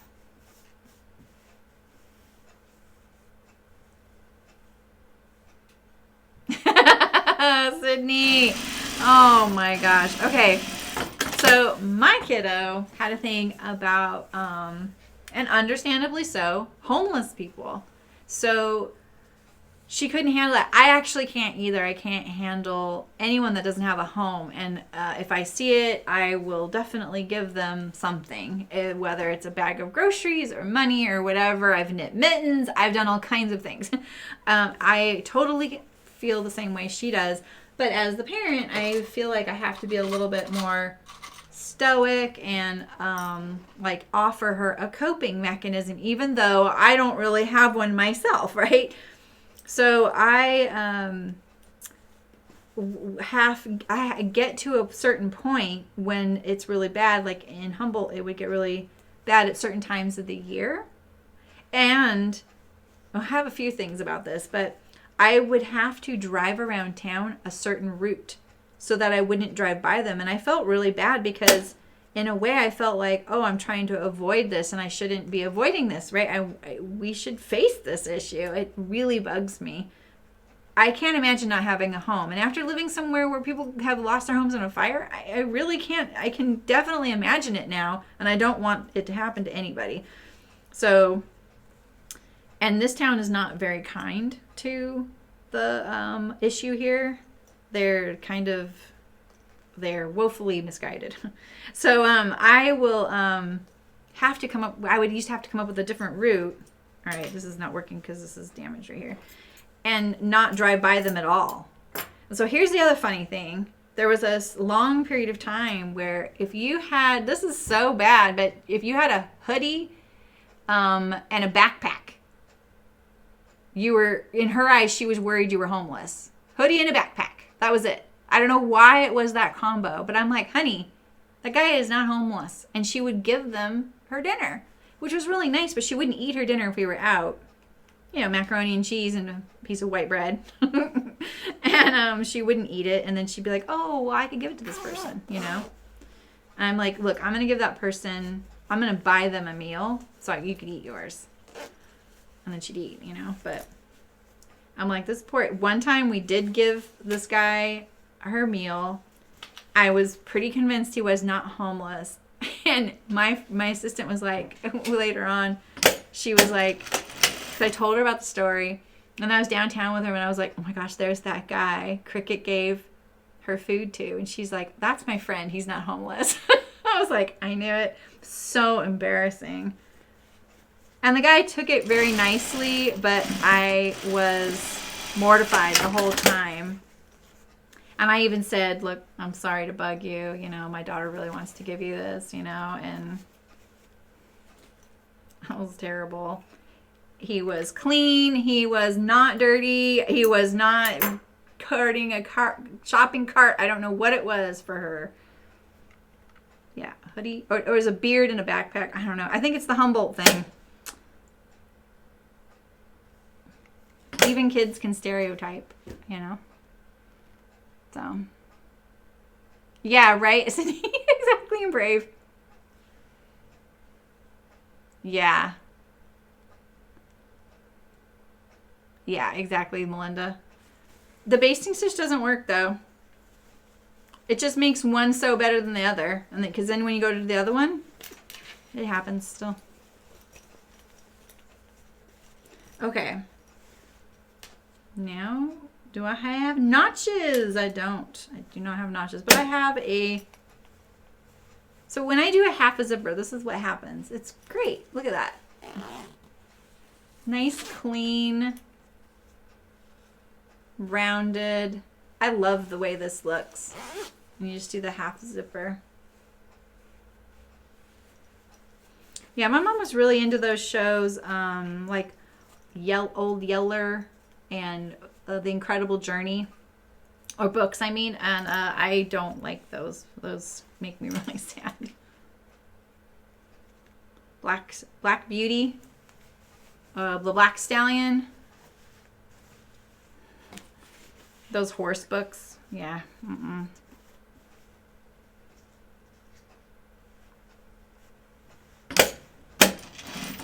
Okay.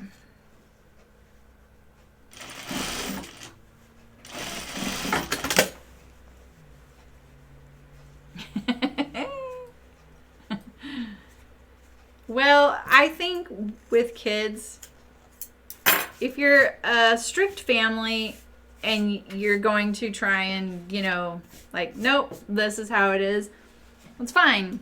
I do feel like that it's a lot of extra struggle if you're going to be like, nope, this is how it is. I think, like, it's a little easier if you just wait until they get a little more reasonable.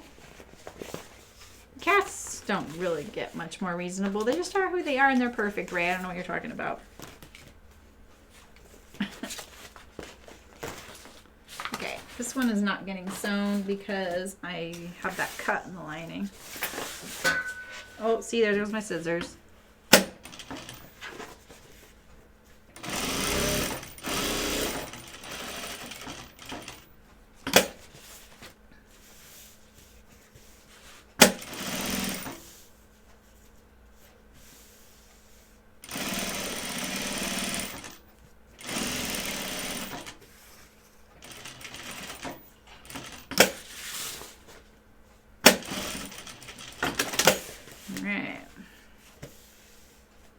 Kind of a bump in this vinyl.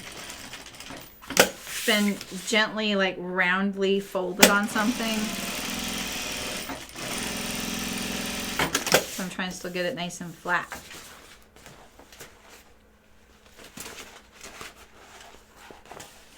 I was going through old pictures the other day because that's the one thing I really have never organized beyond, like, keeping in groups in a box. Like, I have a like sectioned box for organizing photos, but I've never made albums. I'm not really an album type. And I really want to pare it down so that it's easy to grab if we evacuate. And I was looking at this huge amount of pictures when they were all printed. And I was looking at these old pictures of my dog, Cooper. We used to have this amazing dog, Cooper. And Cricket was just like, she kind of remembers Cooper. She remembers him mostly as an old dog. Oh, I just like turned that right side out kind of roughly. I was like, this is back when our pets were really well behaved. I spent all this time training that dog. Right, Allison? I know. Reasoning, screaming toddler. Nope. Not going to work. Right.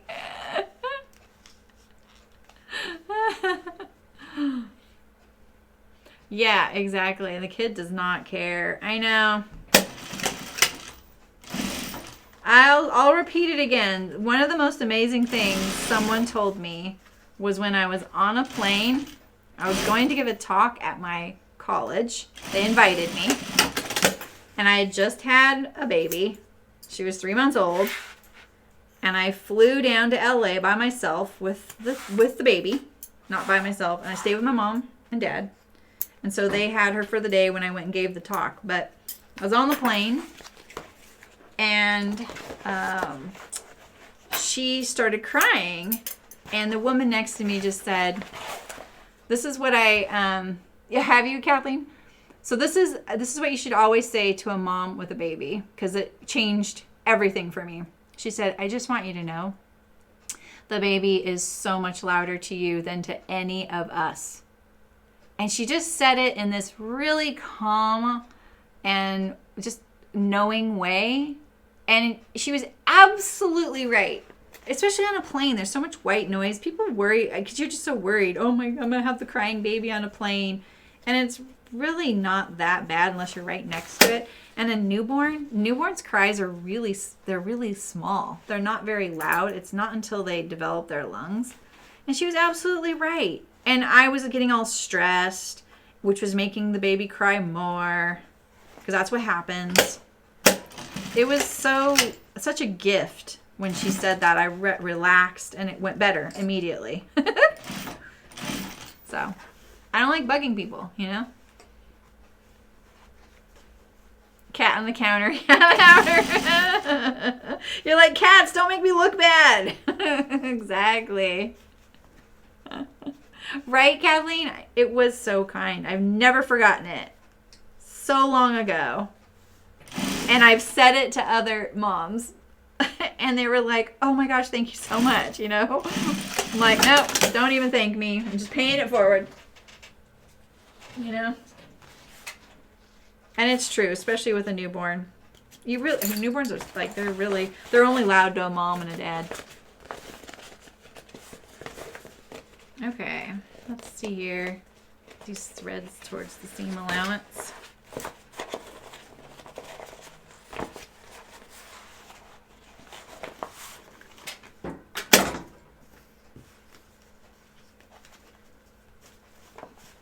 I don't want these to be wonky. No wonky. Not too wonky.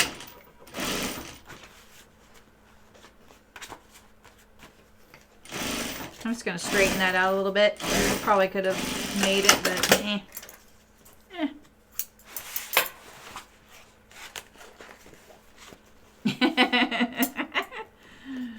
Exactly. My sick cat, Senor, you guys have mentioned me. You heard me mention that he's kind of sick right now. He's not kind of sick. He's actually really sick. He's gravely sick. But he's not getting any better. He's not getting any worse, I think. I think he might be getting a little worse right now. But his personality is changing right now. And he's definitely jumping on the counters when we're not looking.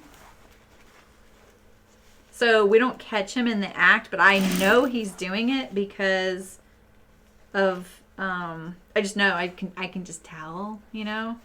And it's like, what the heck? He's also starting to do weird things like sleep in really weird spots. It's so weird. Cats know they're not supposed to do things. And as long as they don't do them in front of you, you know. Right?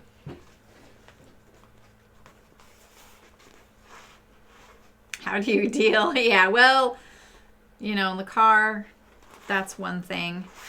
A plane, though, there's all that background noise. I have a funny, like when Cricket was, before she was 2 years old, she hated the car, like really hated the car. People were like, oh, your baby's fuzzy, just put it in the car, drive around the block. I'm like, that would just make it worse. I don't know what it was. There's something about it. She really hated it until she could look forward and be in the bigger car seat, I think, which was more comfortable. So I used to go to this like play group of kind of like sassy gals. They were really awesome. And my friend, super smart gal, she's the one that got her PhD in botany. I met her through like birth class, that classic thing. We lived in the same small town, and we never carpooled because she was always at the university and stuff. And one day we did, and I was like, dude, we really shouldn't because it's terrible. Like, it's really terrible in the car with me until the whole time. Like, it's going to be really bad as soon as we get in the car. She's going to start crying bloody murder. So bad, she'll start hiccuping. Like, that bad. It was really bad. I just never left Blue Lake. And she was like, it's going to be fine. She goes, oh, what am I doing here? She's like, it'll be fine. She goes, we'll just turn up the radio. She was so funny. She was so funny. I loved her. She always made me feel better, and she'd be like, it'll be fine, we'll just crank up the radio. And so before we had even gotten on the freeway, tiny town, by the way, freeway right there, right after I picked her up, she turned to me and she goes, how do you handle this? I was laughing. I was like, yeah, the radio's not going to do it, honey. I was like, I just don't leave town. I don't drive with her. Funnily, we took Cricket to 5 different countries by plane. Yeah, right? Yeah. And took her everywhere by plane, and it was fine. We just didn't drive anywhere with her. I just couldn't handle it. Till she was like 2. I don't know why. It was bad. I wish she could tell me now what it was. Doesn't matter. It wouldn't have been rational. It wouldn't have been rational. See, I only have so many stories, Ray. This is too long of a stream. We're going to go through all of them. I'll probably stop after this one, actually. I have 2 more. Maybe I'll be back Saturday doing this. I don't know. We'll see. What else? Oh, this is really big. Shoot. Oof. Can I do it? Can I do it? Let's see. Dang. I don't want it to torque.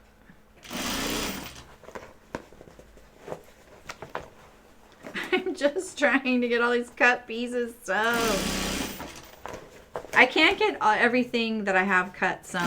There's no way. I have hundreds, but I just want to get these few that I cut for these like demonstration samples, and I just never sewed them on camera. Because these are ones I cut out recently. Okay, that went pretty badly.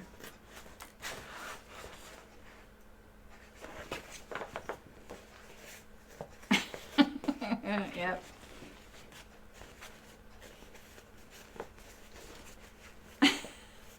Yes, exactly. Yeah, and they don't believe you. I remember when Cricket became more reasonable. The moment it happened. Because I remember looking in the rearview mirror at her like, wait, why isn't she fighting about it? I play with someone who's living with someone with a small baby. And I said, is that baby like under 6 months old, like under 4 months old? And he said, yeah. I said, yeah, that crying that they do every night, that's going to end. So tell the parents that. Because they're like new parents. I said, that is just this irrational crying they do every single night that new babies do. And there's nothing you can do about it. there's just not any logical explanation. There's tons of people who've written about it. There's all these assumptions, and then they just outgrow it. And he told me the next night, he's like, Jeremy, thank you for telling me that. She goes, because now I don't hear it. Would you like any of the bits to be incorporated into a scrap quilt? What bits? Oh, all these cut pieces? Kathleen, I don't know, you know the magnitude of these cut pieces. And I have plenty of, I think 5 little pet quilts that are out of these exact scraps. So maybe not, I don't know. This one's going to be a little wonky. Hopefully it'll find a home. Hopefully.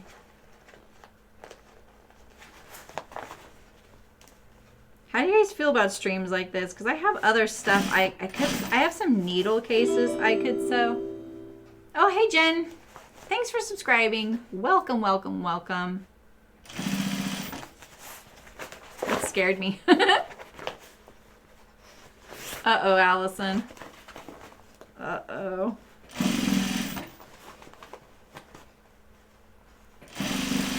Can you hear them already? Are they really loud?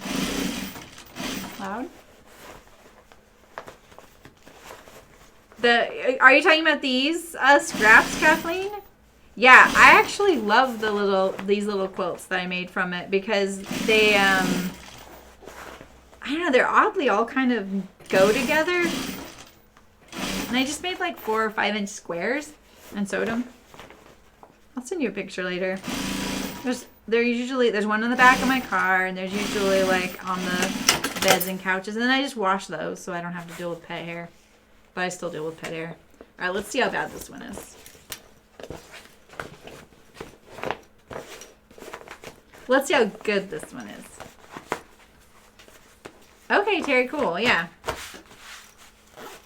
Whoops. Pop this out. Oh yeah, that's kind of bad. See that? The only saving grace for that is that when you're using the bag, it's not an issue.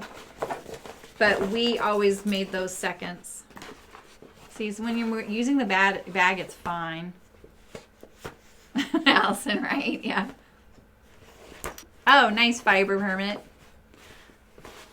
I know, I would really love to do some production streams, so maybe I'll get around to doing that. I feel like folks would like that more than I think they will, and I would love it. I love doing production sewing. Full disclaimer, this one's wonky. Cute fabric, though. This is the fabric I used in that thing I was in the book for. All right, what do I have left? I have 2 more.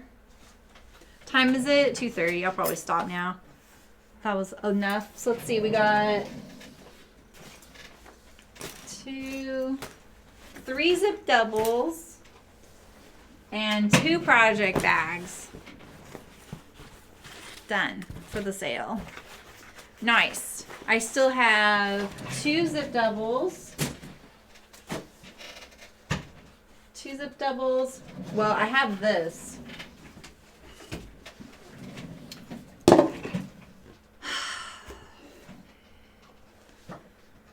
And I have to admit, I kind of don't want to sew it. And it is the viewer designed chat bag. It's a free pattern on the website. Anyone can get it. I have 2 samples. I cut this one out as the video. There's videos for all this. The ideal bag, that's what it's called. And I didn't sew this one. Yeah, big sigh. I don't think I want to sew this though, but it's all cut out. This pattern looks so nice. I'm not trying to compliment myself, but you guys, I'm a novice when it comes to making them in programs like Illustrator. I've only ever done it in CAD, and I'm trying to get the hang of it, and this isn't too bad. This is hand drawn. This isn't. I need to try more. Do you want some, Sydney? I still have tons of it. I'm getting hungry, yeah. Do you want to sew this? Kathleen, I don't know if you want to sew this bag. Have you seen it? It's pretty detailed. What are you offering to sew? There's a delay. I don't know if you guys know this, but there's a really big delay between chat and the when I'm talking. So here, I'll say, I'm going to ask you guys a question. And I want, yes, please, what? You got to tell me what you're talking about. So I'm going to ask you guys a question. I'm going to count the number of seconds in between when you guys reply. So are you guys ready? Oh. The one you side over. Yeah. Okay, so put a number 1 in the chat. Just put the number 1 in the chat right now. 1, 2, 3, 4, 5, 6, 7, 8, 9, 10, 11, 12, 13. You guys are going to type 1, right? 15, 16, 17. Yeah, look at that. That was long. Yeah. Yep. So that's how long it takes for me to see, for you to see what I'm saying. Yep. Isn't that crazy? If you do it in Twitch, it's almost instant. Yeah, I'm not sure if I... So this one, I think the outer fabric is the yarn. And, what is this?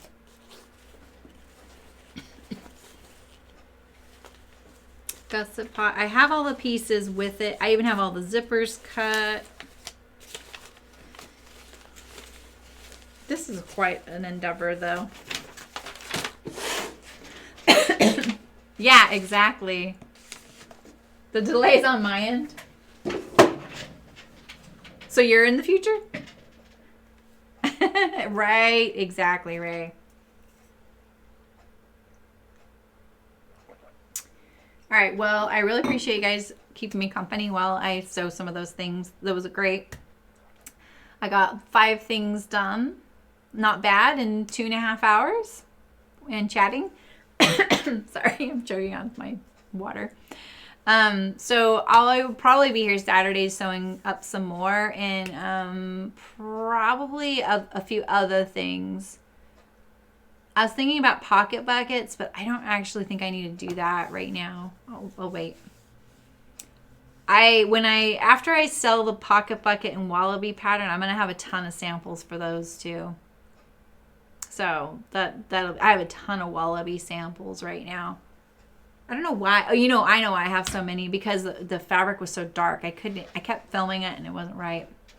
Oh, I'm glad, Kathleen. Nope, I don't do wedding dresses.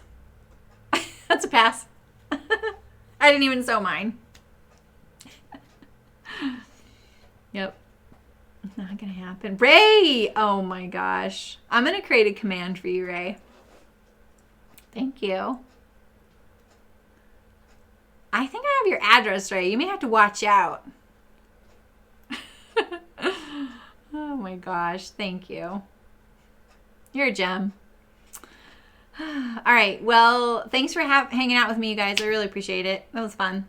And I will pass along your pattern ideas. Oh, the wallaby, Sydney. You've seen that one. Yeah, right? Exactly. I'll show you, right, Sydney. Uh-oh, what's that? What's that?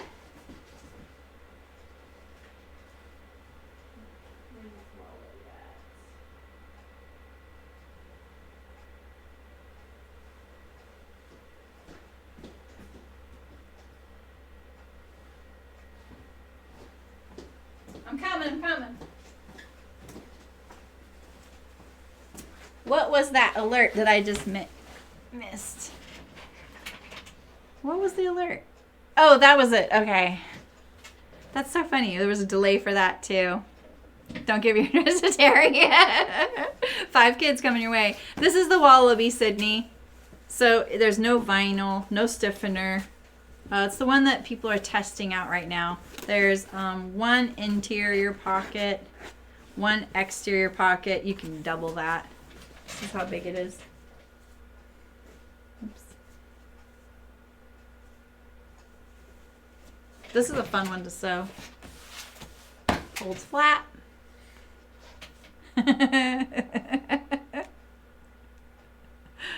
Oh my gosh. What? Nice. You finished your chores. We got you through it. Now you can do your fun stuff. All right. Well, I'll see you guys Saturday, I think. Just check out the Instagram schedule, or you'll see if you have the notifications on, that little bell, it'll tell you when I'm live. So cool. All right. Well, have a good day, you guys. Happy sewing, and I'll see you guys soon. Thanks for the donation, Ray. Bye, guys.